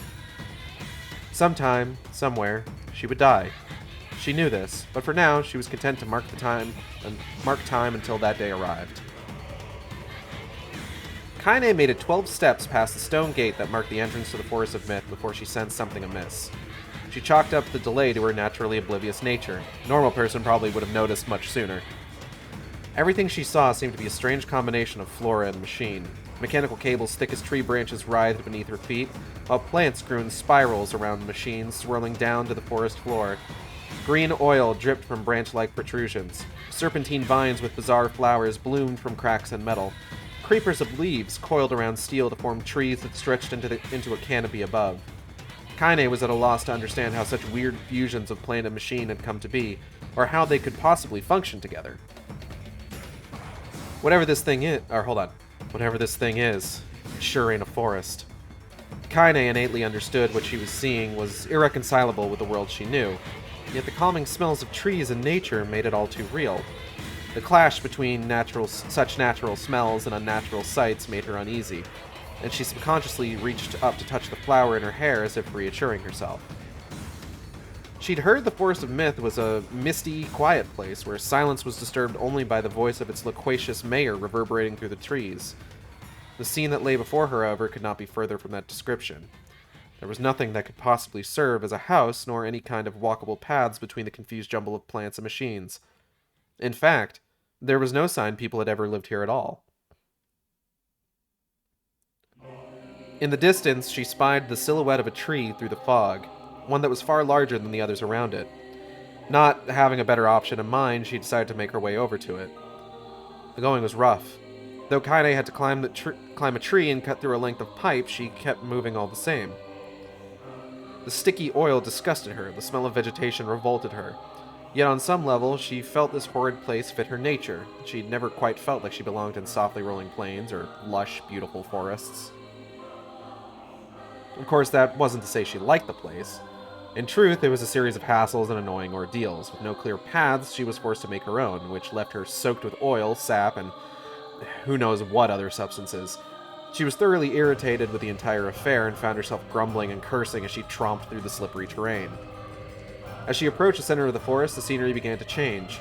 The strange fusions of plant and machine were still all around her, but they were growing smaller. Something wrong with my video there? Hold on.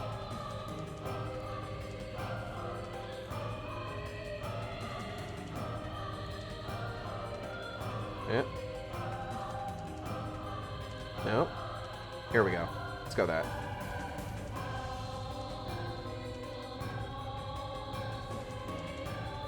Where was I?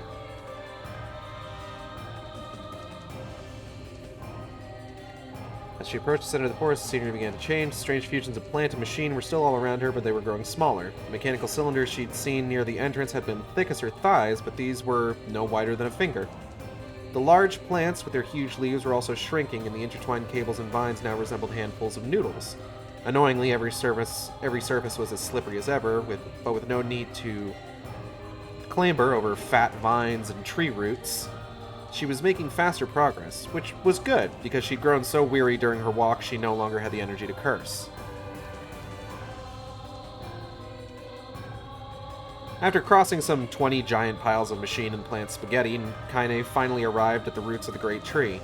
The cables and vines really were thin as noodles at this point. The ground under her feet was a carpet of finely braided pasta, and the trunk of the tree was covered with the same. Hell, for all she knew, the tree might have been made of wires as opposed to simply covered with them. Kaine talk about pasta and noodles a lot. Is she, like, hungry or something? Does she need some food in her stomach? Kaine looked around. All was silent. A firefly glided past, but nothing else stirred. Seeking to get a closer look at the great tree, she stepped onto its trunk. Which is when it happened.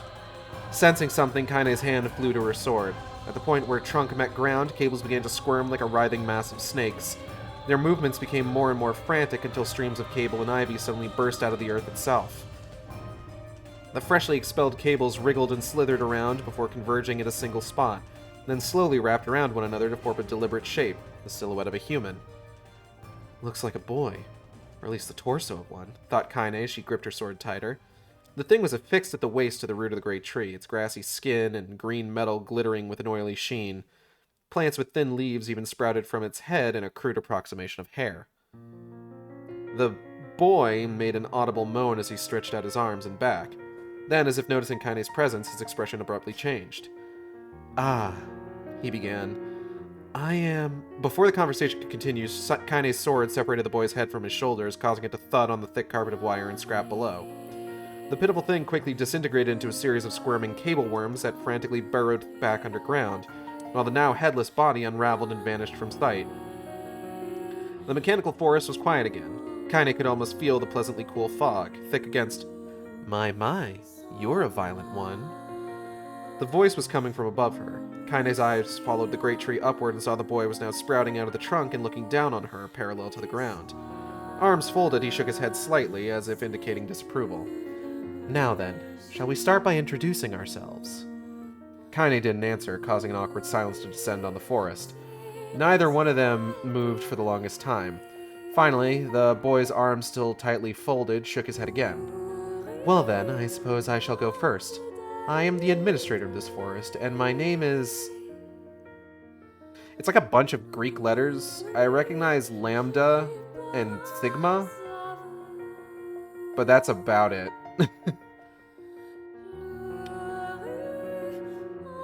Kaine couldn't make out the sounds at all. "Ah, yes," he continued. "I imagine your auditory range was not able to make much sense of that. In that case, please refer to me as you will, administrator, boy, or whatever.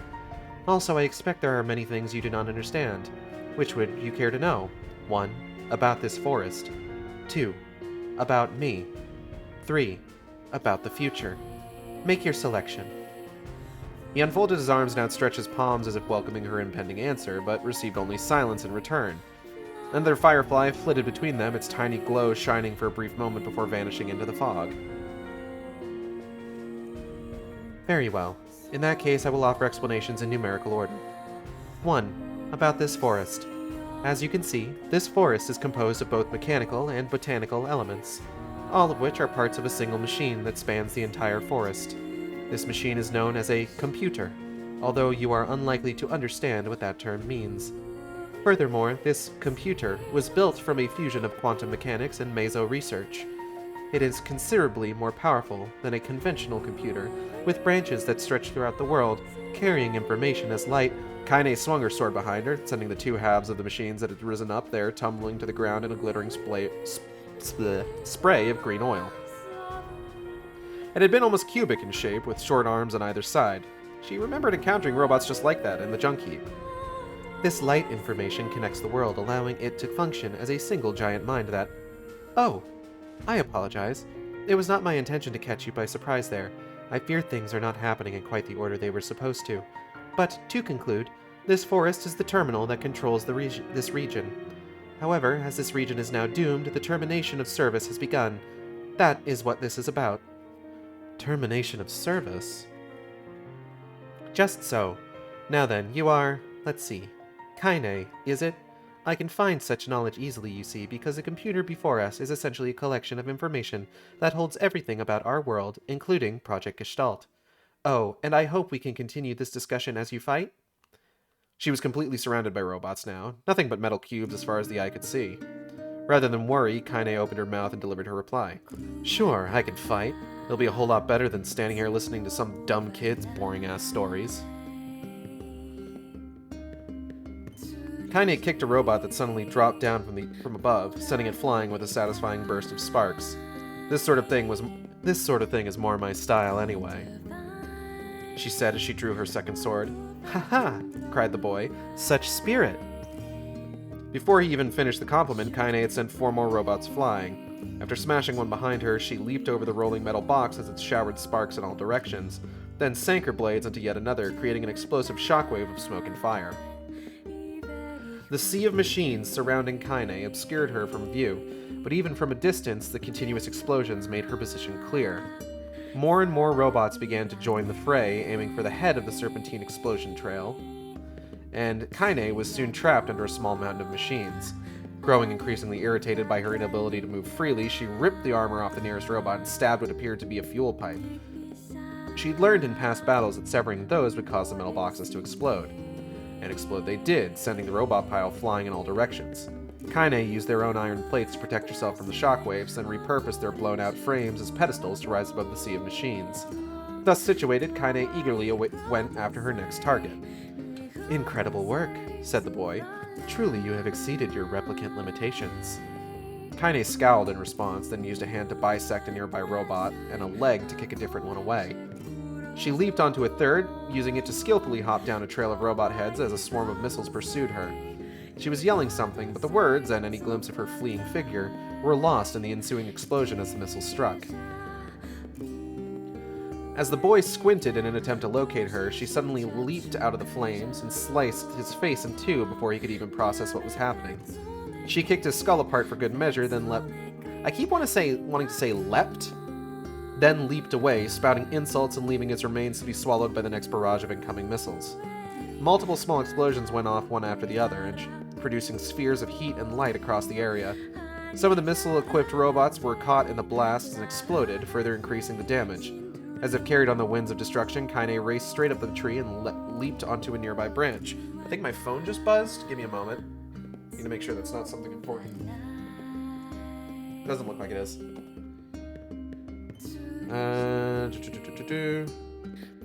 Leap onto a nearby branch. After losing her ability to use magic, Kaine's prowess with martial arts and her swords had only grown stronger. Her swords were no more powerful, but she more frequently attacked in ways that put her own life at risk. She did so emotionlessly, neither seeking thrills nor becoming intoxicated by her own strength. When people push things too far, they die, and Kaine fought like a woman charging straight at that truth.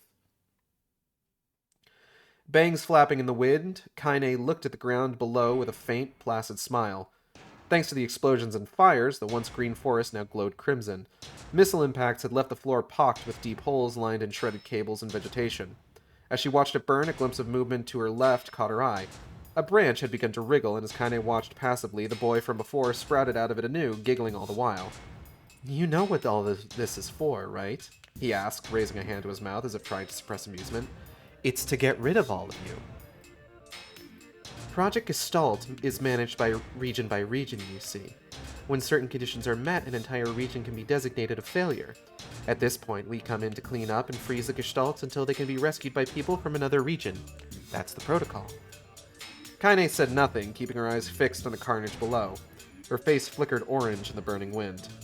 The installation you people refer to as the junk heap was built for just such a purpose, for destroying replicants. After which, this forest will expand out to envelop the entire region.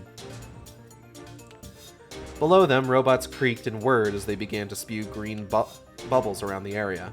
They seemed to be attempting to douse the fires while simultaneously processing the wreckage of their fallen brethren. "Then I just have to destroy it all," Kaine muttered. She then leaped gracefully to the ground, fixing her eyes on the boy as she fell. "I'll kill you later," she cried, which caused the boy to laugh. Despite the gracefulness of her fall, Kaine managed to channel the impact of her landing into an attack that sent the robots around her soaring. When she rose, she took advantage of the breathing room to stab her swords into the ground and slash them across it, severing cables and pipes to carve a circle into the surface. a circle with her at its center. It's too much hassle to figure out which of you fucks to kill first, she shouted.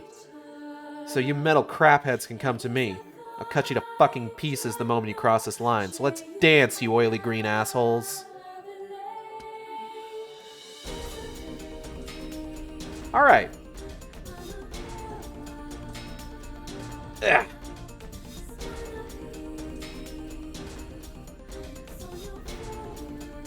So, as we know, the Forest of Myth has a giant tree at the middle of it, called the Divine Tree. Oh, hold up. I hit caps lock by mistake.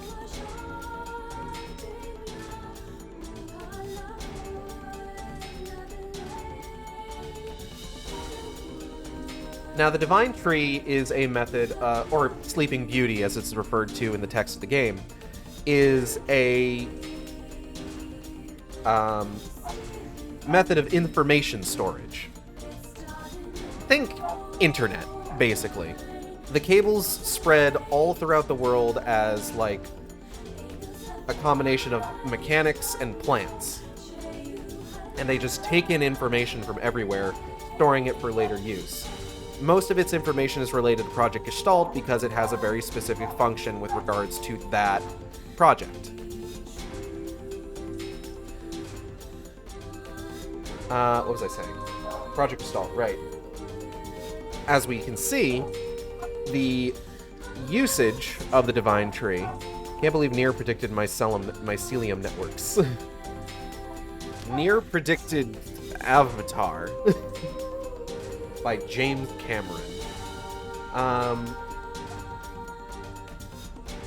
Now, this information is talked about in the game, but all of these additional functions were all developed specifically for this story, with regards to, like, creating new robots to basically wipe out the remaining replicants.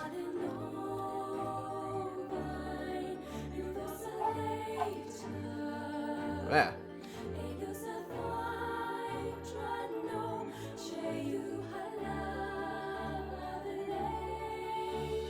Oh, hold up.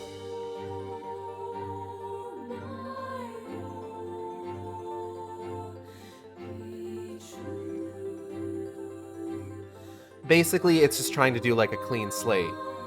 This is a problem for Kaine and the other people who live in this world, the replicants at least.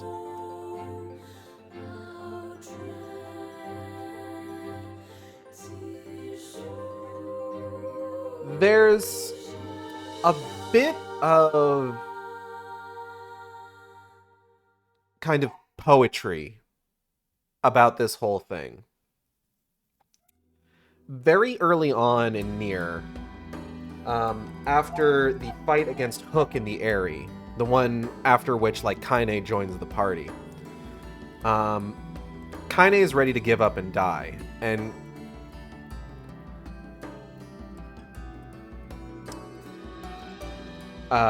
Grimoire Weiss says to NieR, maybe we should just let her die, it seems to be what she wants. And NieR says, you don't get to decide who lives and who dies. Which is kind of hypocritical of him, considering he's making a lot of decisions about who gets to live and who gets to die, actually. I think Murderous Forest that explicitly is designed to murder replicants may impact the replicant population. Yeah, maybe. But it's kind of this similar thing where it's just like... It's two factions who are basically, like, trying to ensure their continued existence. Gestalts need to join up with their replicants, because otherwise they're going to relapse, go crazy, and then the replicant is going to die. Replicants would prefer that not happen because they've all self-actualized and are thus their own people now. They have souls, they have self-determination. And that's a problem for Project Gestalt.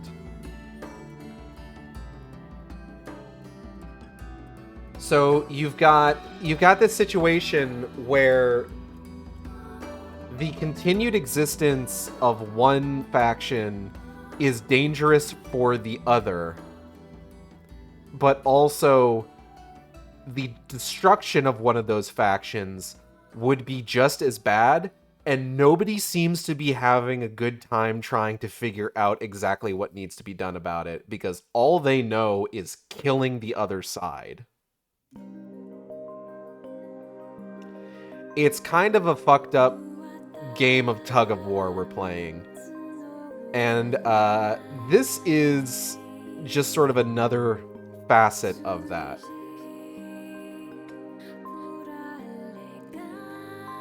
Hold up.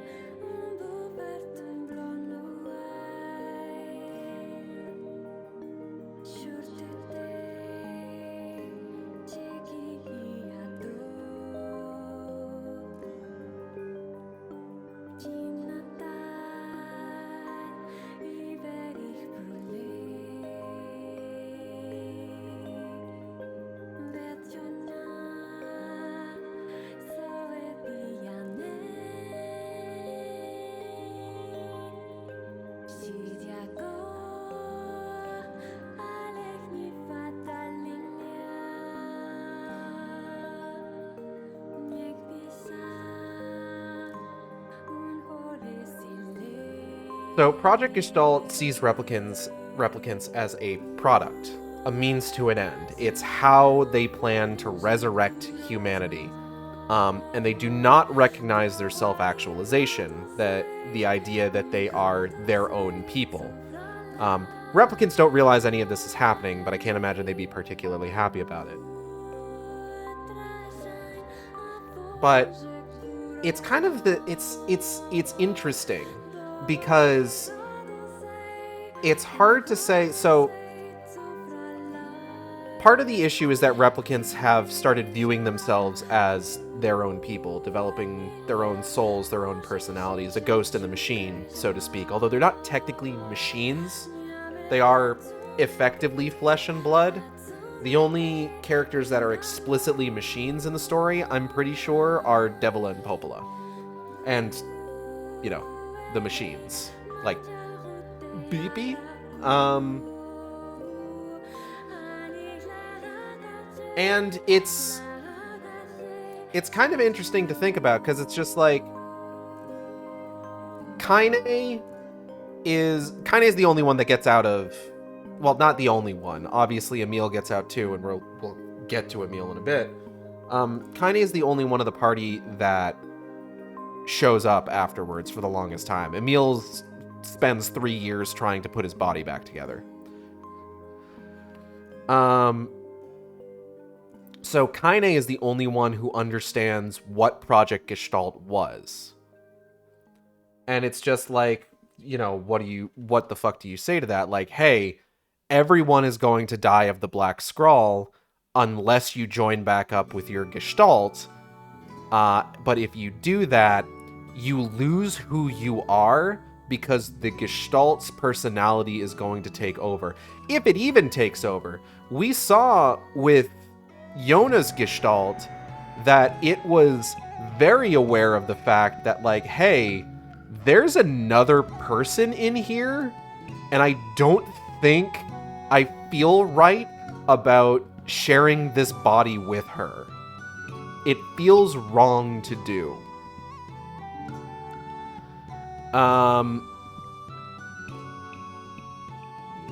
So it's a combination. It's a question of, hey, you can survive as your fully actualized self if you join up with your replicant, though it will overwrite all of your memories and personality. Or you can continue to live as your current self, but you are going to die, and there's nothing you can do about it. Fucked up if true.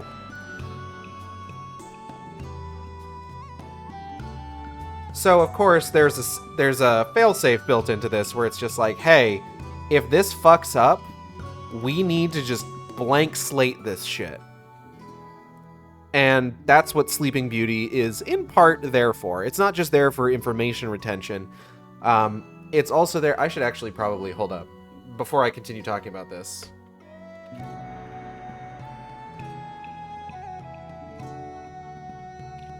This is what Sleeping Beauty is here for. It's not just information storage. It's also, hey, if things go bad, we need you to fucking scorch earth this bullshit. And scorch earth it does.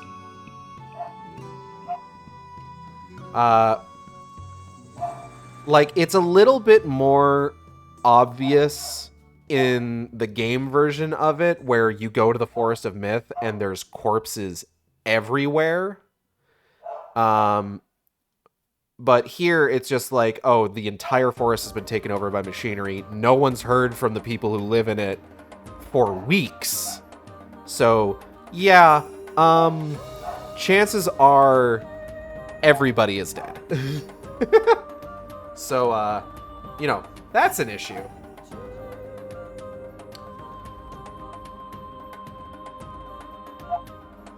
All right. Let's see what happens next, shall we?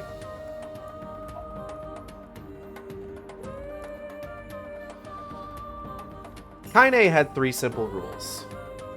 She was well aware of her natural inclination to violence, so whenever she drew her swords, she made herself follow these rules no matter what. The first rule: if it's a shade, kill it. She wasn't a good enough person to forget or forgive that one of them murdered her grandmother, so if it was a shade, it died, no exceptions. Second rule: if it's hurting people, kill it. Whether it was a machine doing the attacking or some kind of wild animal, it needed to die. In the past, she hadn't used to care about people so much. Third rule: if I don't like it, kill it.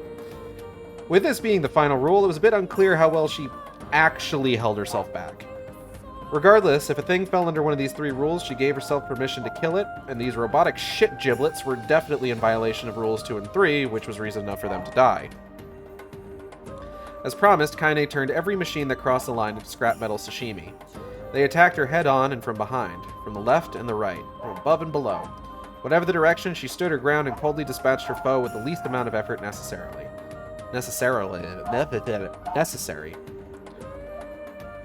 Although the line she'd carved into the ground was no longer visible beneath mangled robot corpses, it was clear that not a single machine had managed to cross it in one piece.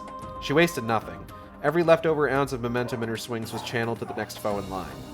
As she brought a sword back from a swing, she'd cut into a new enemy along the way, all while parrying the charge of yet another with her elbow. She fought off foes behind her without so much as a glance in their direction, using sound and intuition to tell her where to strike. To an observer, her attacks might have seemed random and flailing, but not a single one missed its mark. There was a rhythm and grace in the broad circles carved by her swords, and from a distance, the after-streaks of her blades appeared in the form of a beautiful sphere. Nevertheless, after 30 minutes of fighting, Kaine found herself beginning to pant. The grace of her swings began to diminish, and she started taking more hits in return. But none of the machines had managed to land a life-threatening wound.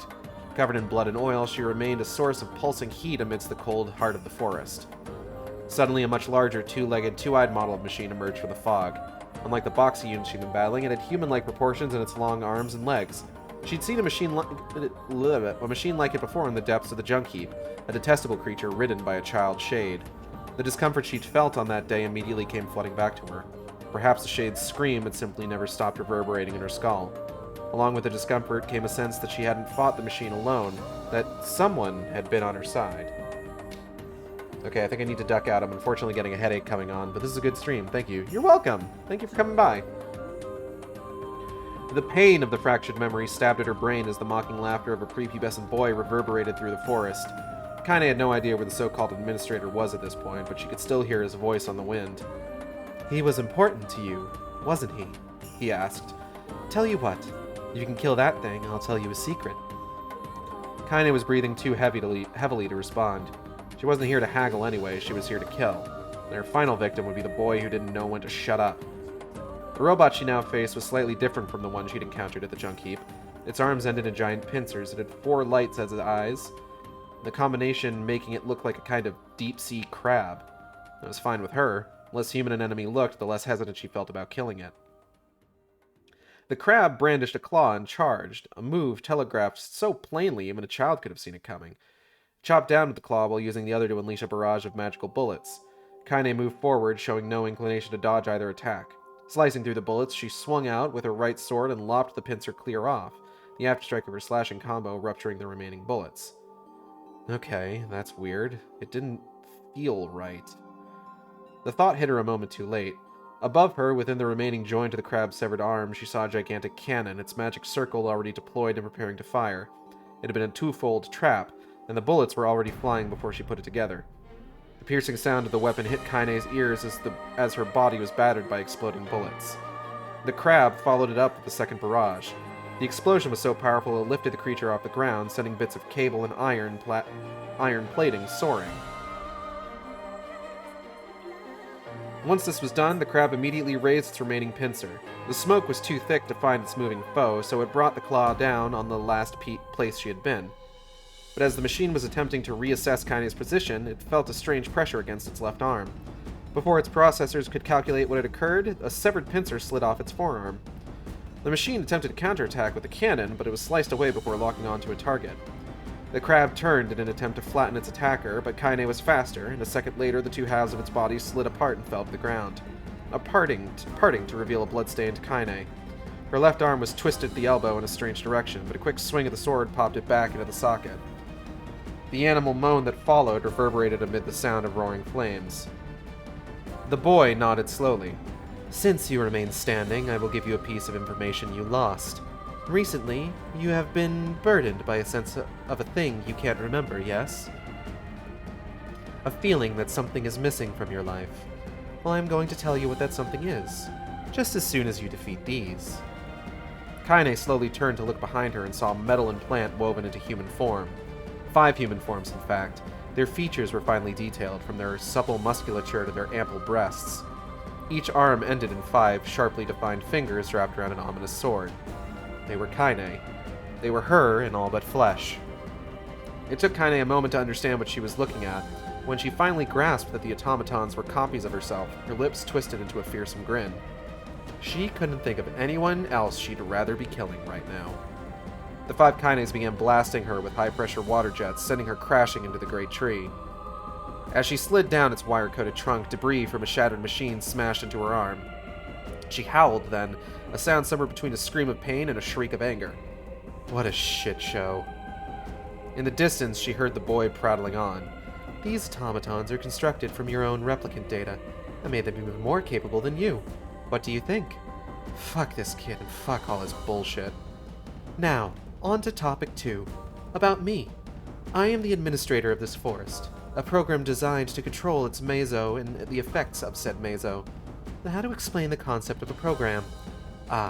Perhaps it would help for you to equate me to Grimoire Weiss, with whom you are acquainted. I can do anything you can conceive of. Gestalt and replicant, life and death. All these things exist in the palm of my hand." As Kaine pulled herself slowly to her feet, a hint of loneliness washed across the boy's face. Why do I possess such power? That is a question I have pondered for a very long time. But I do not know the answer, for no one has told it to me. The 5 automatons suddenly leapt at her. Wait, I'm supposed to be fighting all these things at once? In this condition? Though she could see no possibility of victory, the conditioned reflexes of her arm nevertheless began to do their thing. So long as she could fight, she very much intended to. She hurled the sword in her right hand into the face of the first automaton, leaping forward to drive the weapon home with a flying kick. Then, using the embedded sword as a step, she moved into the forward spin, delivering a sweeping slice to the abdomen of the next closest Kaine. She'd intended to sever it in half, but the blade didn't make it all the way through.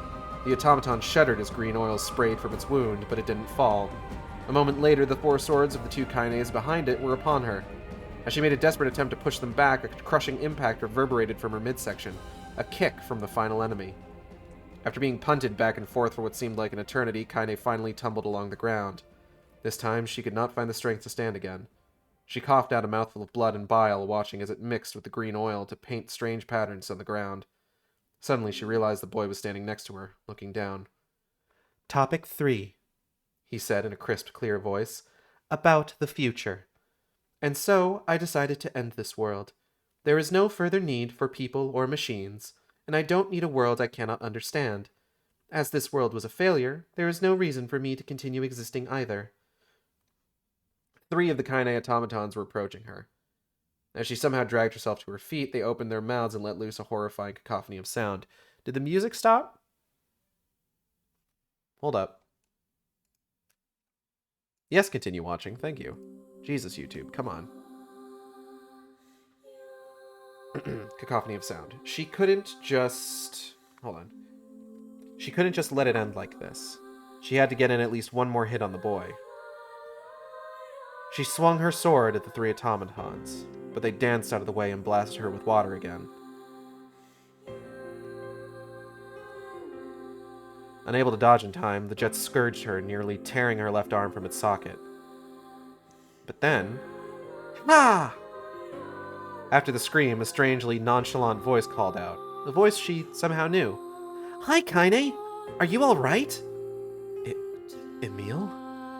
As Kaine struggled to refocus her damaged blurred vision, she was startled by the sight of a round, unnaturally large face hovering above her. Those 2 holes. Were those eyes, or... What the... Oh, right. Emil. This is Emil. But it was not the Emil Kaine had once known. That Emil had seemed more... normal. She didn't remember him having 4 arms, for one thing. As she pondered this, magic seals appeared from Emil's 4 hands, and magic fists burst out to grab the 3 incoming automatons. Oh, these? Said Emil as he noticed her staring. Yeah, I had to make a new body for myself, and it didn't go so well. Like, I ended up with too many arms. But then I thought, well, it's better to have too many arms than not enough arms, right? Anyway, what have you been up to, Kaine? Fighting, she answered, the dumbfounded expression still clear on her face. Oh, right. Well then, let me help you. Yeah! Emil grunted as his magical hands crushed the captive automatons, causing green oil and strange noises to emerge from between the black fingers.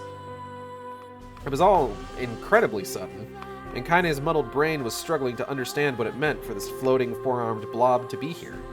Annoyed, she tugged at her memory, trying to remember all she could about Emil, but her exhausted mind had only more questions. What had happened to him? Where had he been all this time? And what the hell was he doing here? But one thing was certain. One fact irrefutable. Emil had been her comrade in arms, which meant nothing else mattered. Suddenly, something fell on Emil's head with a loud bang, a torso that had been torn from one of the automatons. He shrieked and rolled into a ball as it slid off and landed on the ground below, splitting in 2 on impact before its components were absorbed into the mechanical surface. From the spot where it had been, a new Kaine automaton emerged. I just spat into my book.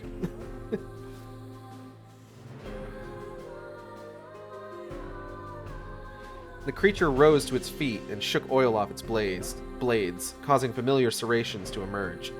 Kaine! Yelled Emil. If we try to fight these guys, they're just gonna keep coming. So what's your plan? Kaine asked. There's a massive amount of magical energy at the heart of that giant tree there. I think that's what's powering them. As he spoke, one of Emil's magic hands tossed aside the crushed automaton it held and pointed at the tree, where a large hollow had formed among the roots. Let's smash the shit out of that thing, he yelled exuberantly. Kaine smiled. Smashing its shit sounded pretty nasty, but whatever. She'd smash it all right. It was, after all, the only thing she was capable of. The cables surrounding the path to the tree came to life, forming themselves into what appeared to be cocoons. The vague, blobby shapes gradually took human form, new automatons wriggling inside a thin, white skin. The moment Kaine saw them, she broke into a run. She needed to destroy that tree. She had to. As she ran, she swung her blades at any automatons within reach while Emil shielded her from the water jets. Are you okay? He yelled. I'm trying to... A group of at least 10 automatons suddenly hurled themselves at Emil with the force of a thrown spear. Before his screams were swallowed by the pile of bodies, Kaine swung her sword hard enough to send the pile, Emil and all, flying. With a deft roll, Emil managed to right himself in midair.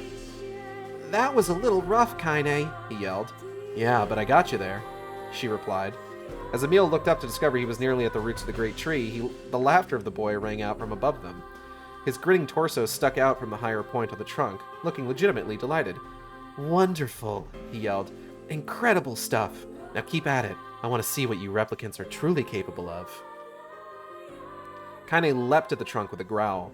It was so huge she didn't know how to attack it, so she began striking at the hollow and its roots. That part, however, seemed to be made of much stronger stuff than the rest of the tree. Her attacks didn't damage it at all. "Get back!" yelled Emil. Unfortunately, the voice hit her ears a second after a sudden explosion sent her flying. "You could have killed me, you idiot!" she snarled. "Nothing can kill you, Kaine," Emil responded cheerfully. Then he let off a continuous series of explosions, each one gouging out a huge chunk of root. While Kaine busied herself cutting down incoming automatons... Oh, hold on. He then set off a continuous... Fuck. Let me try that sentence again. He then set off a continuous series of explosions, each one gouging out a huge chunk of root, while Kaine busied herself cutting down incoming automatons. When he called her name again, she turned to see a large magic barrier floating near the center of the roots. "My magic can't seem to destroy that," Emil said, "so I'll destroy these Kaines and let you take care of it instead, okay?" Before he could finish, Kaine had plunged her sword into the magic barrier.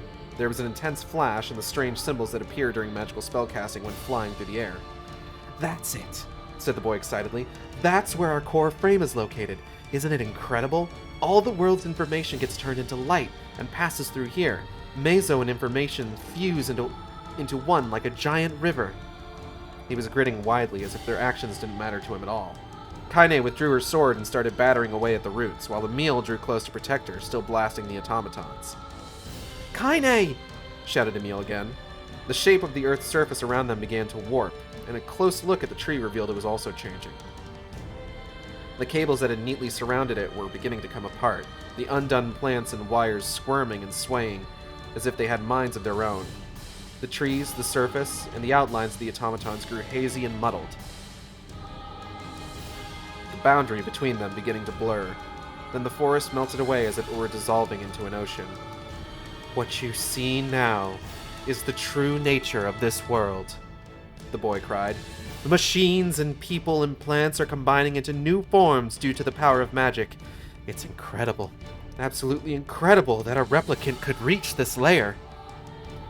Kaine continued on to what appeared to be the center of the machine. The air there was steeped in the source of magical energy, Meso. As Emil fought frantically to protect her from an endless cascade of falling giant cables, the great tree and the wires that formed the ground around it began transforming into a bowl shape.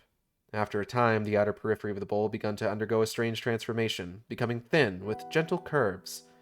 It was as if the entire forest was transforming into some vast abstract pattern. Copious amounts of magical energy spread out around Kaine. Torrents of words, iron, and plants poured out in a flood from the air around them. "Is this..." began the boy. "Is this the barrier between magic and reality? Disappearing?" The moment he muttered the words, he was crushed by massive writhing sets of cables. Emil yelled something as he frantically attempted to blast at them, but the sound never reached Kaine's ears. Wrapped in a brilliant white light, she continued to single-mindedly swing her sword. She would destroy this place, and then what? All sound disappeared. Emil and Kaine found themselves at a kind of border between fantasy and reality. She sensed something beyond that barrier. Something very special.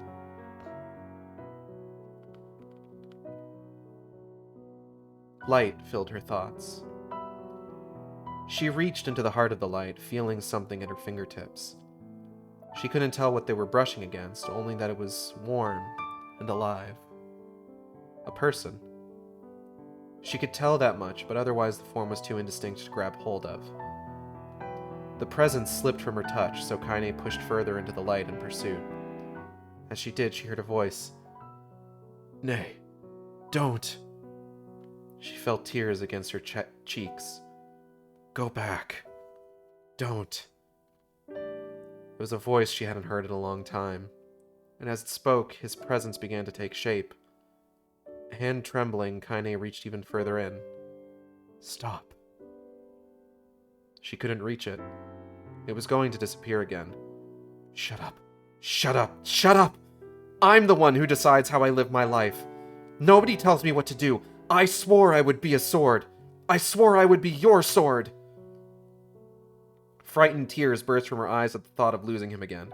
But she was also angry, and she howled at her weakness for not being able to reclaim him. "I'm going to get you back," she cried, "and I don't care what it takes." Just then, Kaine felt a gentle push behind her shoulders, the smallest, kindest of pressures. She used its power to propel herself forward, screaming all the while. "Who the fuck do you think you are to just up and disappear like that, huh? I'm the one who gets to decide what my life means to me. It's my life, and I'll do what I want with it. So quit wasting time like a brainless fuckwit and get your ass back here now!"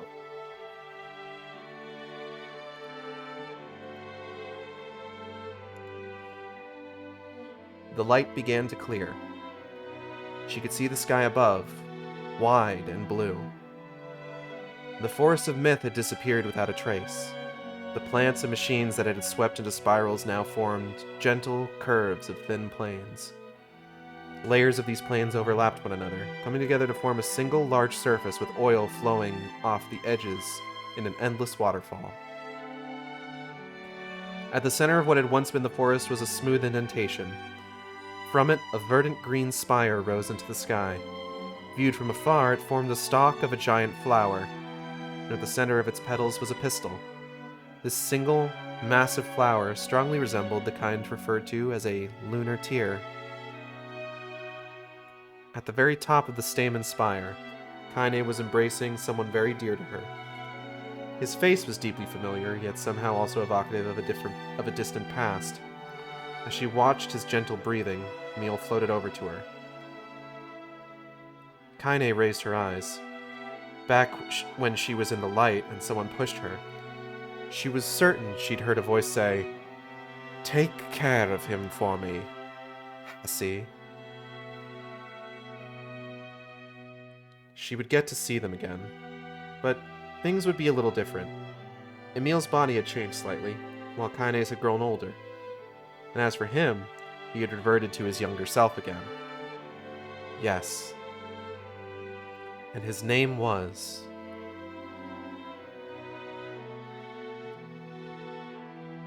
Our journey may have been meaningless. Our past may have been a mistake. But we're not going back. Even if this world comes to an end. Because this is the world with the people we cherish.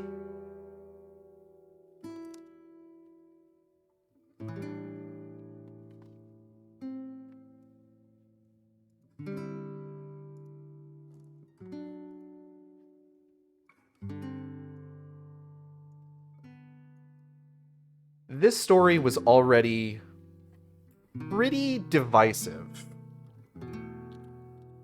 when it was released.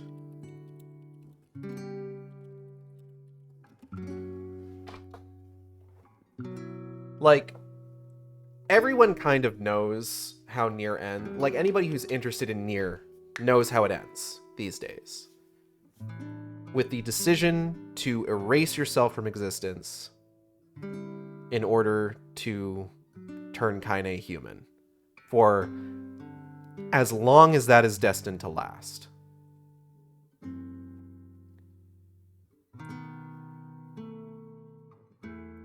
But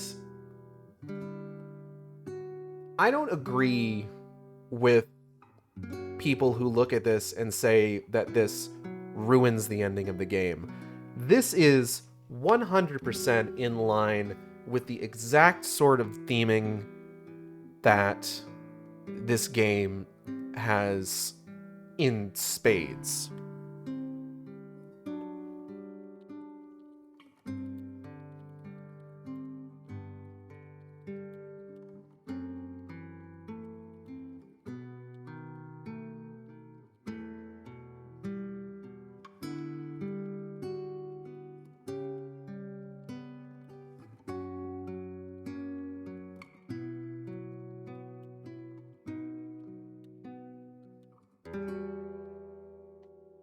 NieR is a story about the determination to protect the world that you love, because that's where the people you care about live, against all odds. It takes strides to show the potential ugly side of that. the world of NieR is doomed. We know that from the very outset. They tell you right out the gate, the world is dying. But as you play through it, people have noted, hey, everyone seems to be going on as normal despite the fact that the world is dying. And part of it is that sometimes that's all you can do. I'm preparing for the next song to be incredibly, inappropriate for, me talking about this shit. Oh, no, that works. Okay.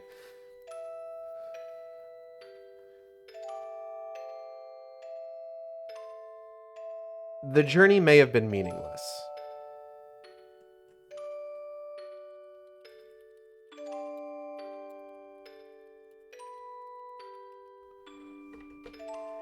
In the end, Yona is saved.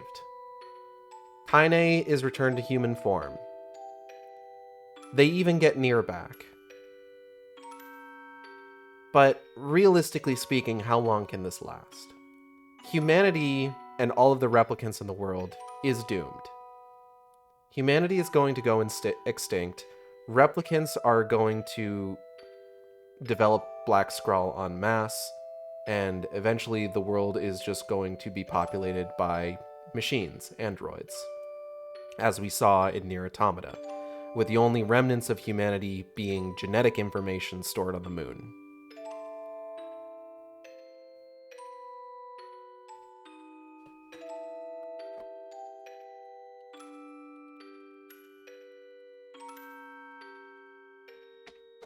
Our past may have been a mistake. None of the replicants were supposed to develop personalities. They weren't supposed to develop souls. They weren't supposed to self-actualize. Eventually, everyone's going to develop Black Skrull. Yes. The original Gestalt, the SHADOWLORD, was the only thing keeping all of the Gestalts from relapsing. Now that he's dead, there's no template for them. All of the Gestalts are going to relapse. Every replicant is going to develop a Black Skrull. They're all going to die. None of this was supposed to happen. Replicants were supposed to be empty shells that were only there so that the Gestalts could be placed back into them once the effects of white chlorination syndrome were done and dusted, gone from the world.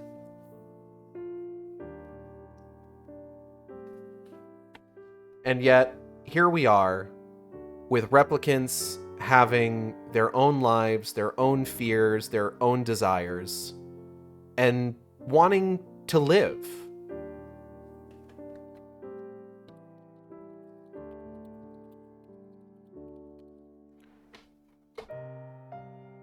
But we're not going back. The decisions were made. There's nothing that we can do about them. The world is doomed, and they need to live with that.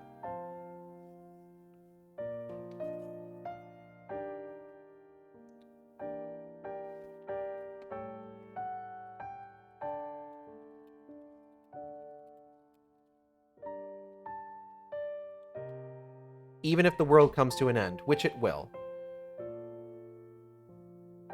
this is all going to go away one of these days. All of these replicants are going to be gone. And a lie about a humanity that's still... and a lie about an extinct humanity is going to just fuel more violence, more strife.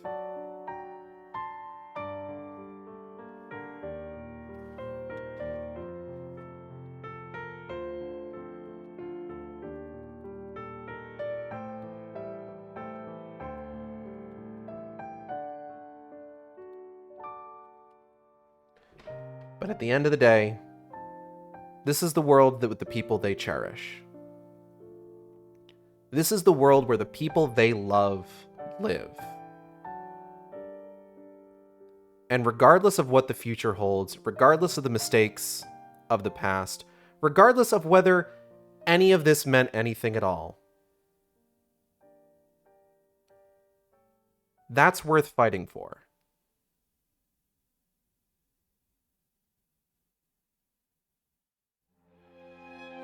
I want to thank everybody for coming by this stream today. I hope you all had a good time. I know I did. If you enjoyed the stream, you can subscribe here on Twitch. We have special emotes for subscribers. You can also follow me on Twitter, Tumblr, and co-host at AcidXShark, where I post all the streams as they happen. You can also follow me on YouTube at AcidXShark, where I post all the streams after they happen. Art for the stream was done by Audrey and B of Team Catbull for the YouTube and the PNG tuber. You can find them on Twitter, Twitch, YouTube, Tumblr, and co-host, as well as VGen now at Team Catple. That's TEAMCATPLE. They do fantastic work. I highly recommend commissioning them. Don't email them. They'll email you. Don't DM them. If you do DM them, don't be weird. Please don't be weird to my friends. The chalkboard background you see here was done by my wife, Natalie, who you can find on Twitter at GhostieNaps. That's GhostieNaps. She's a fantastic person. She's very funny. I highly recommend giving her a follow. She's a delight.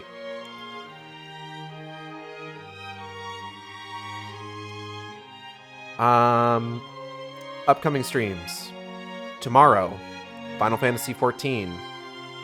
Friday. What's Friday?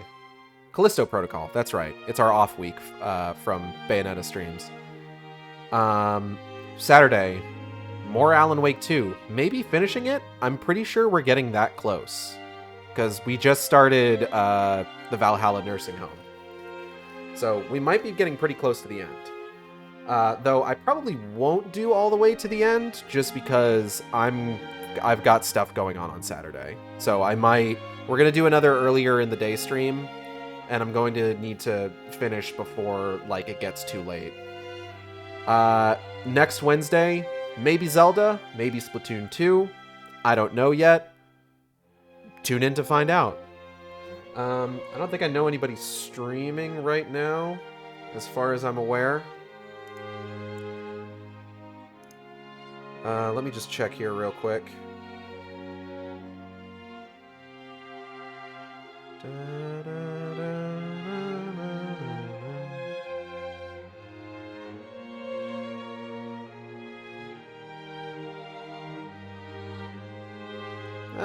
Yeah, no. So that's gonna be it. That's it for NieR. I hope you enjoyed this. I hope we get some information sometime soon about a new NieR game, possibly in the future. Because I love this series. I love these games. Gestalt, Replicant, Automata. It's been a hell of a ride. What is even the next song that's coming after this? Oh, all these titles are in Japanese. Okay. I'm going to go ahead and get out of here. I'll see you next time on the Shark Stream. Same Shark time. Same Shark channel. Take care, everybody.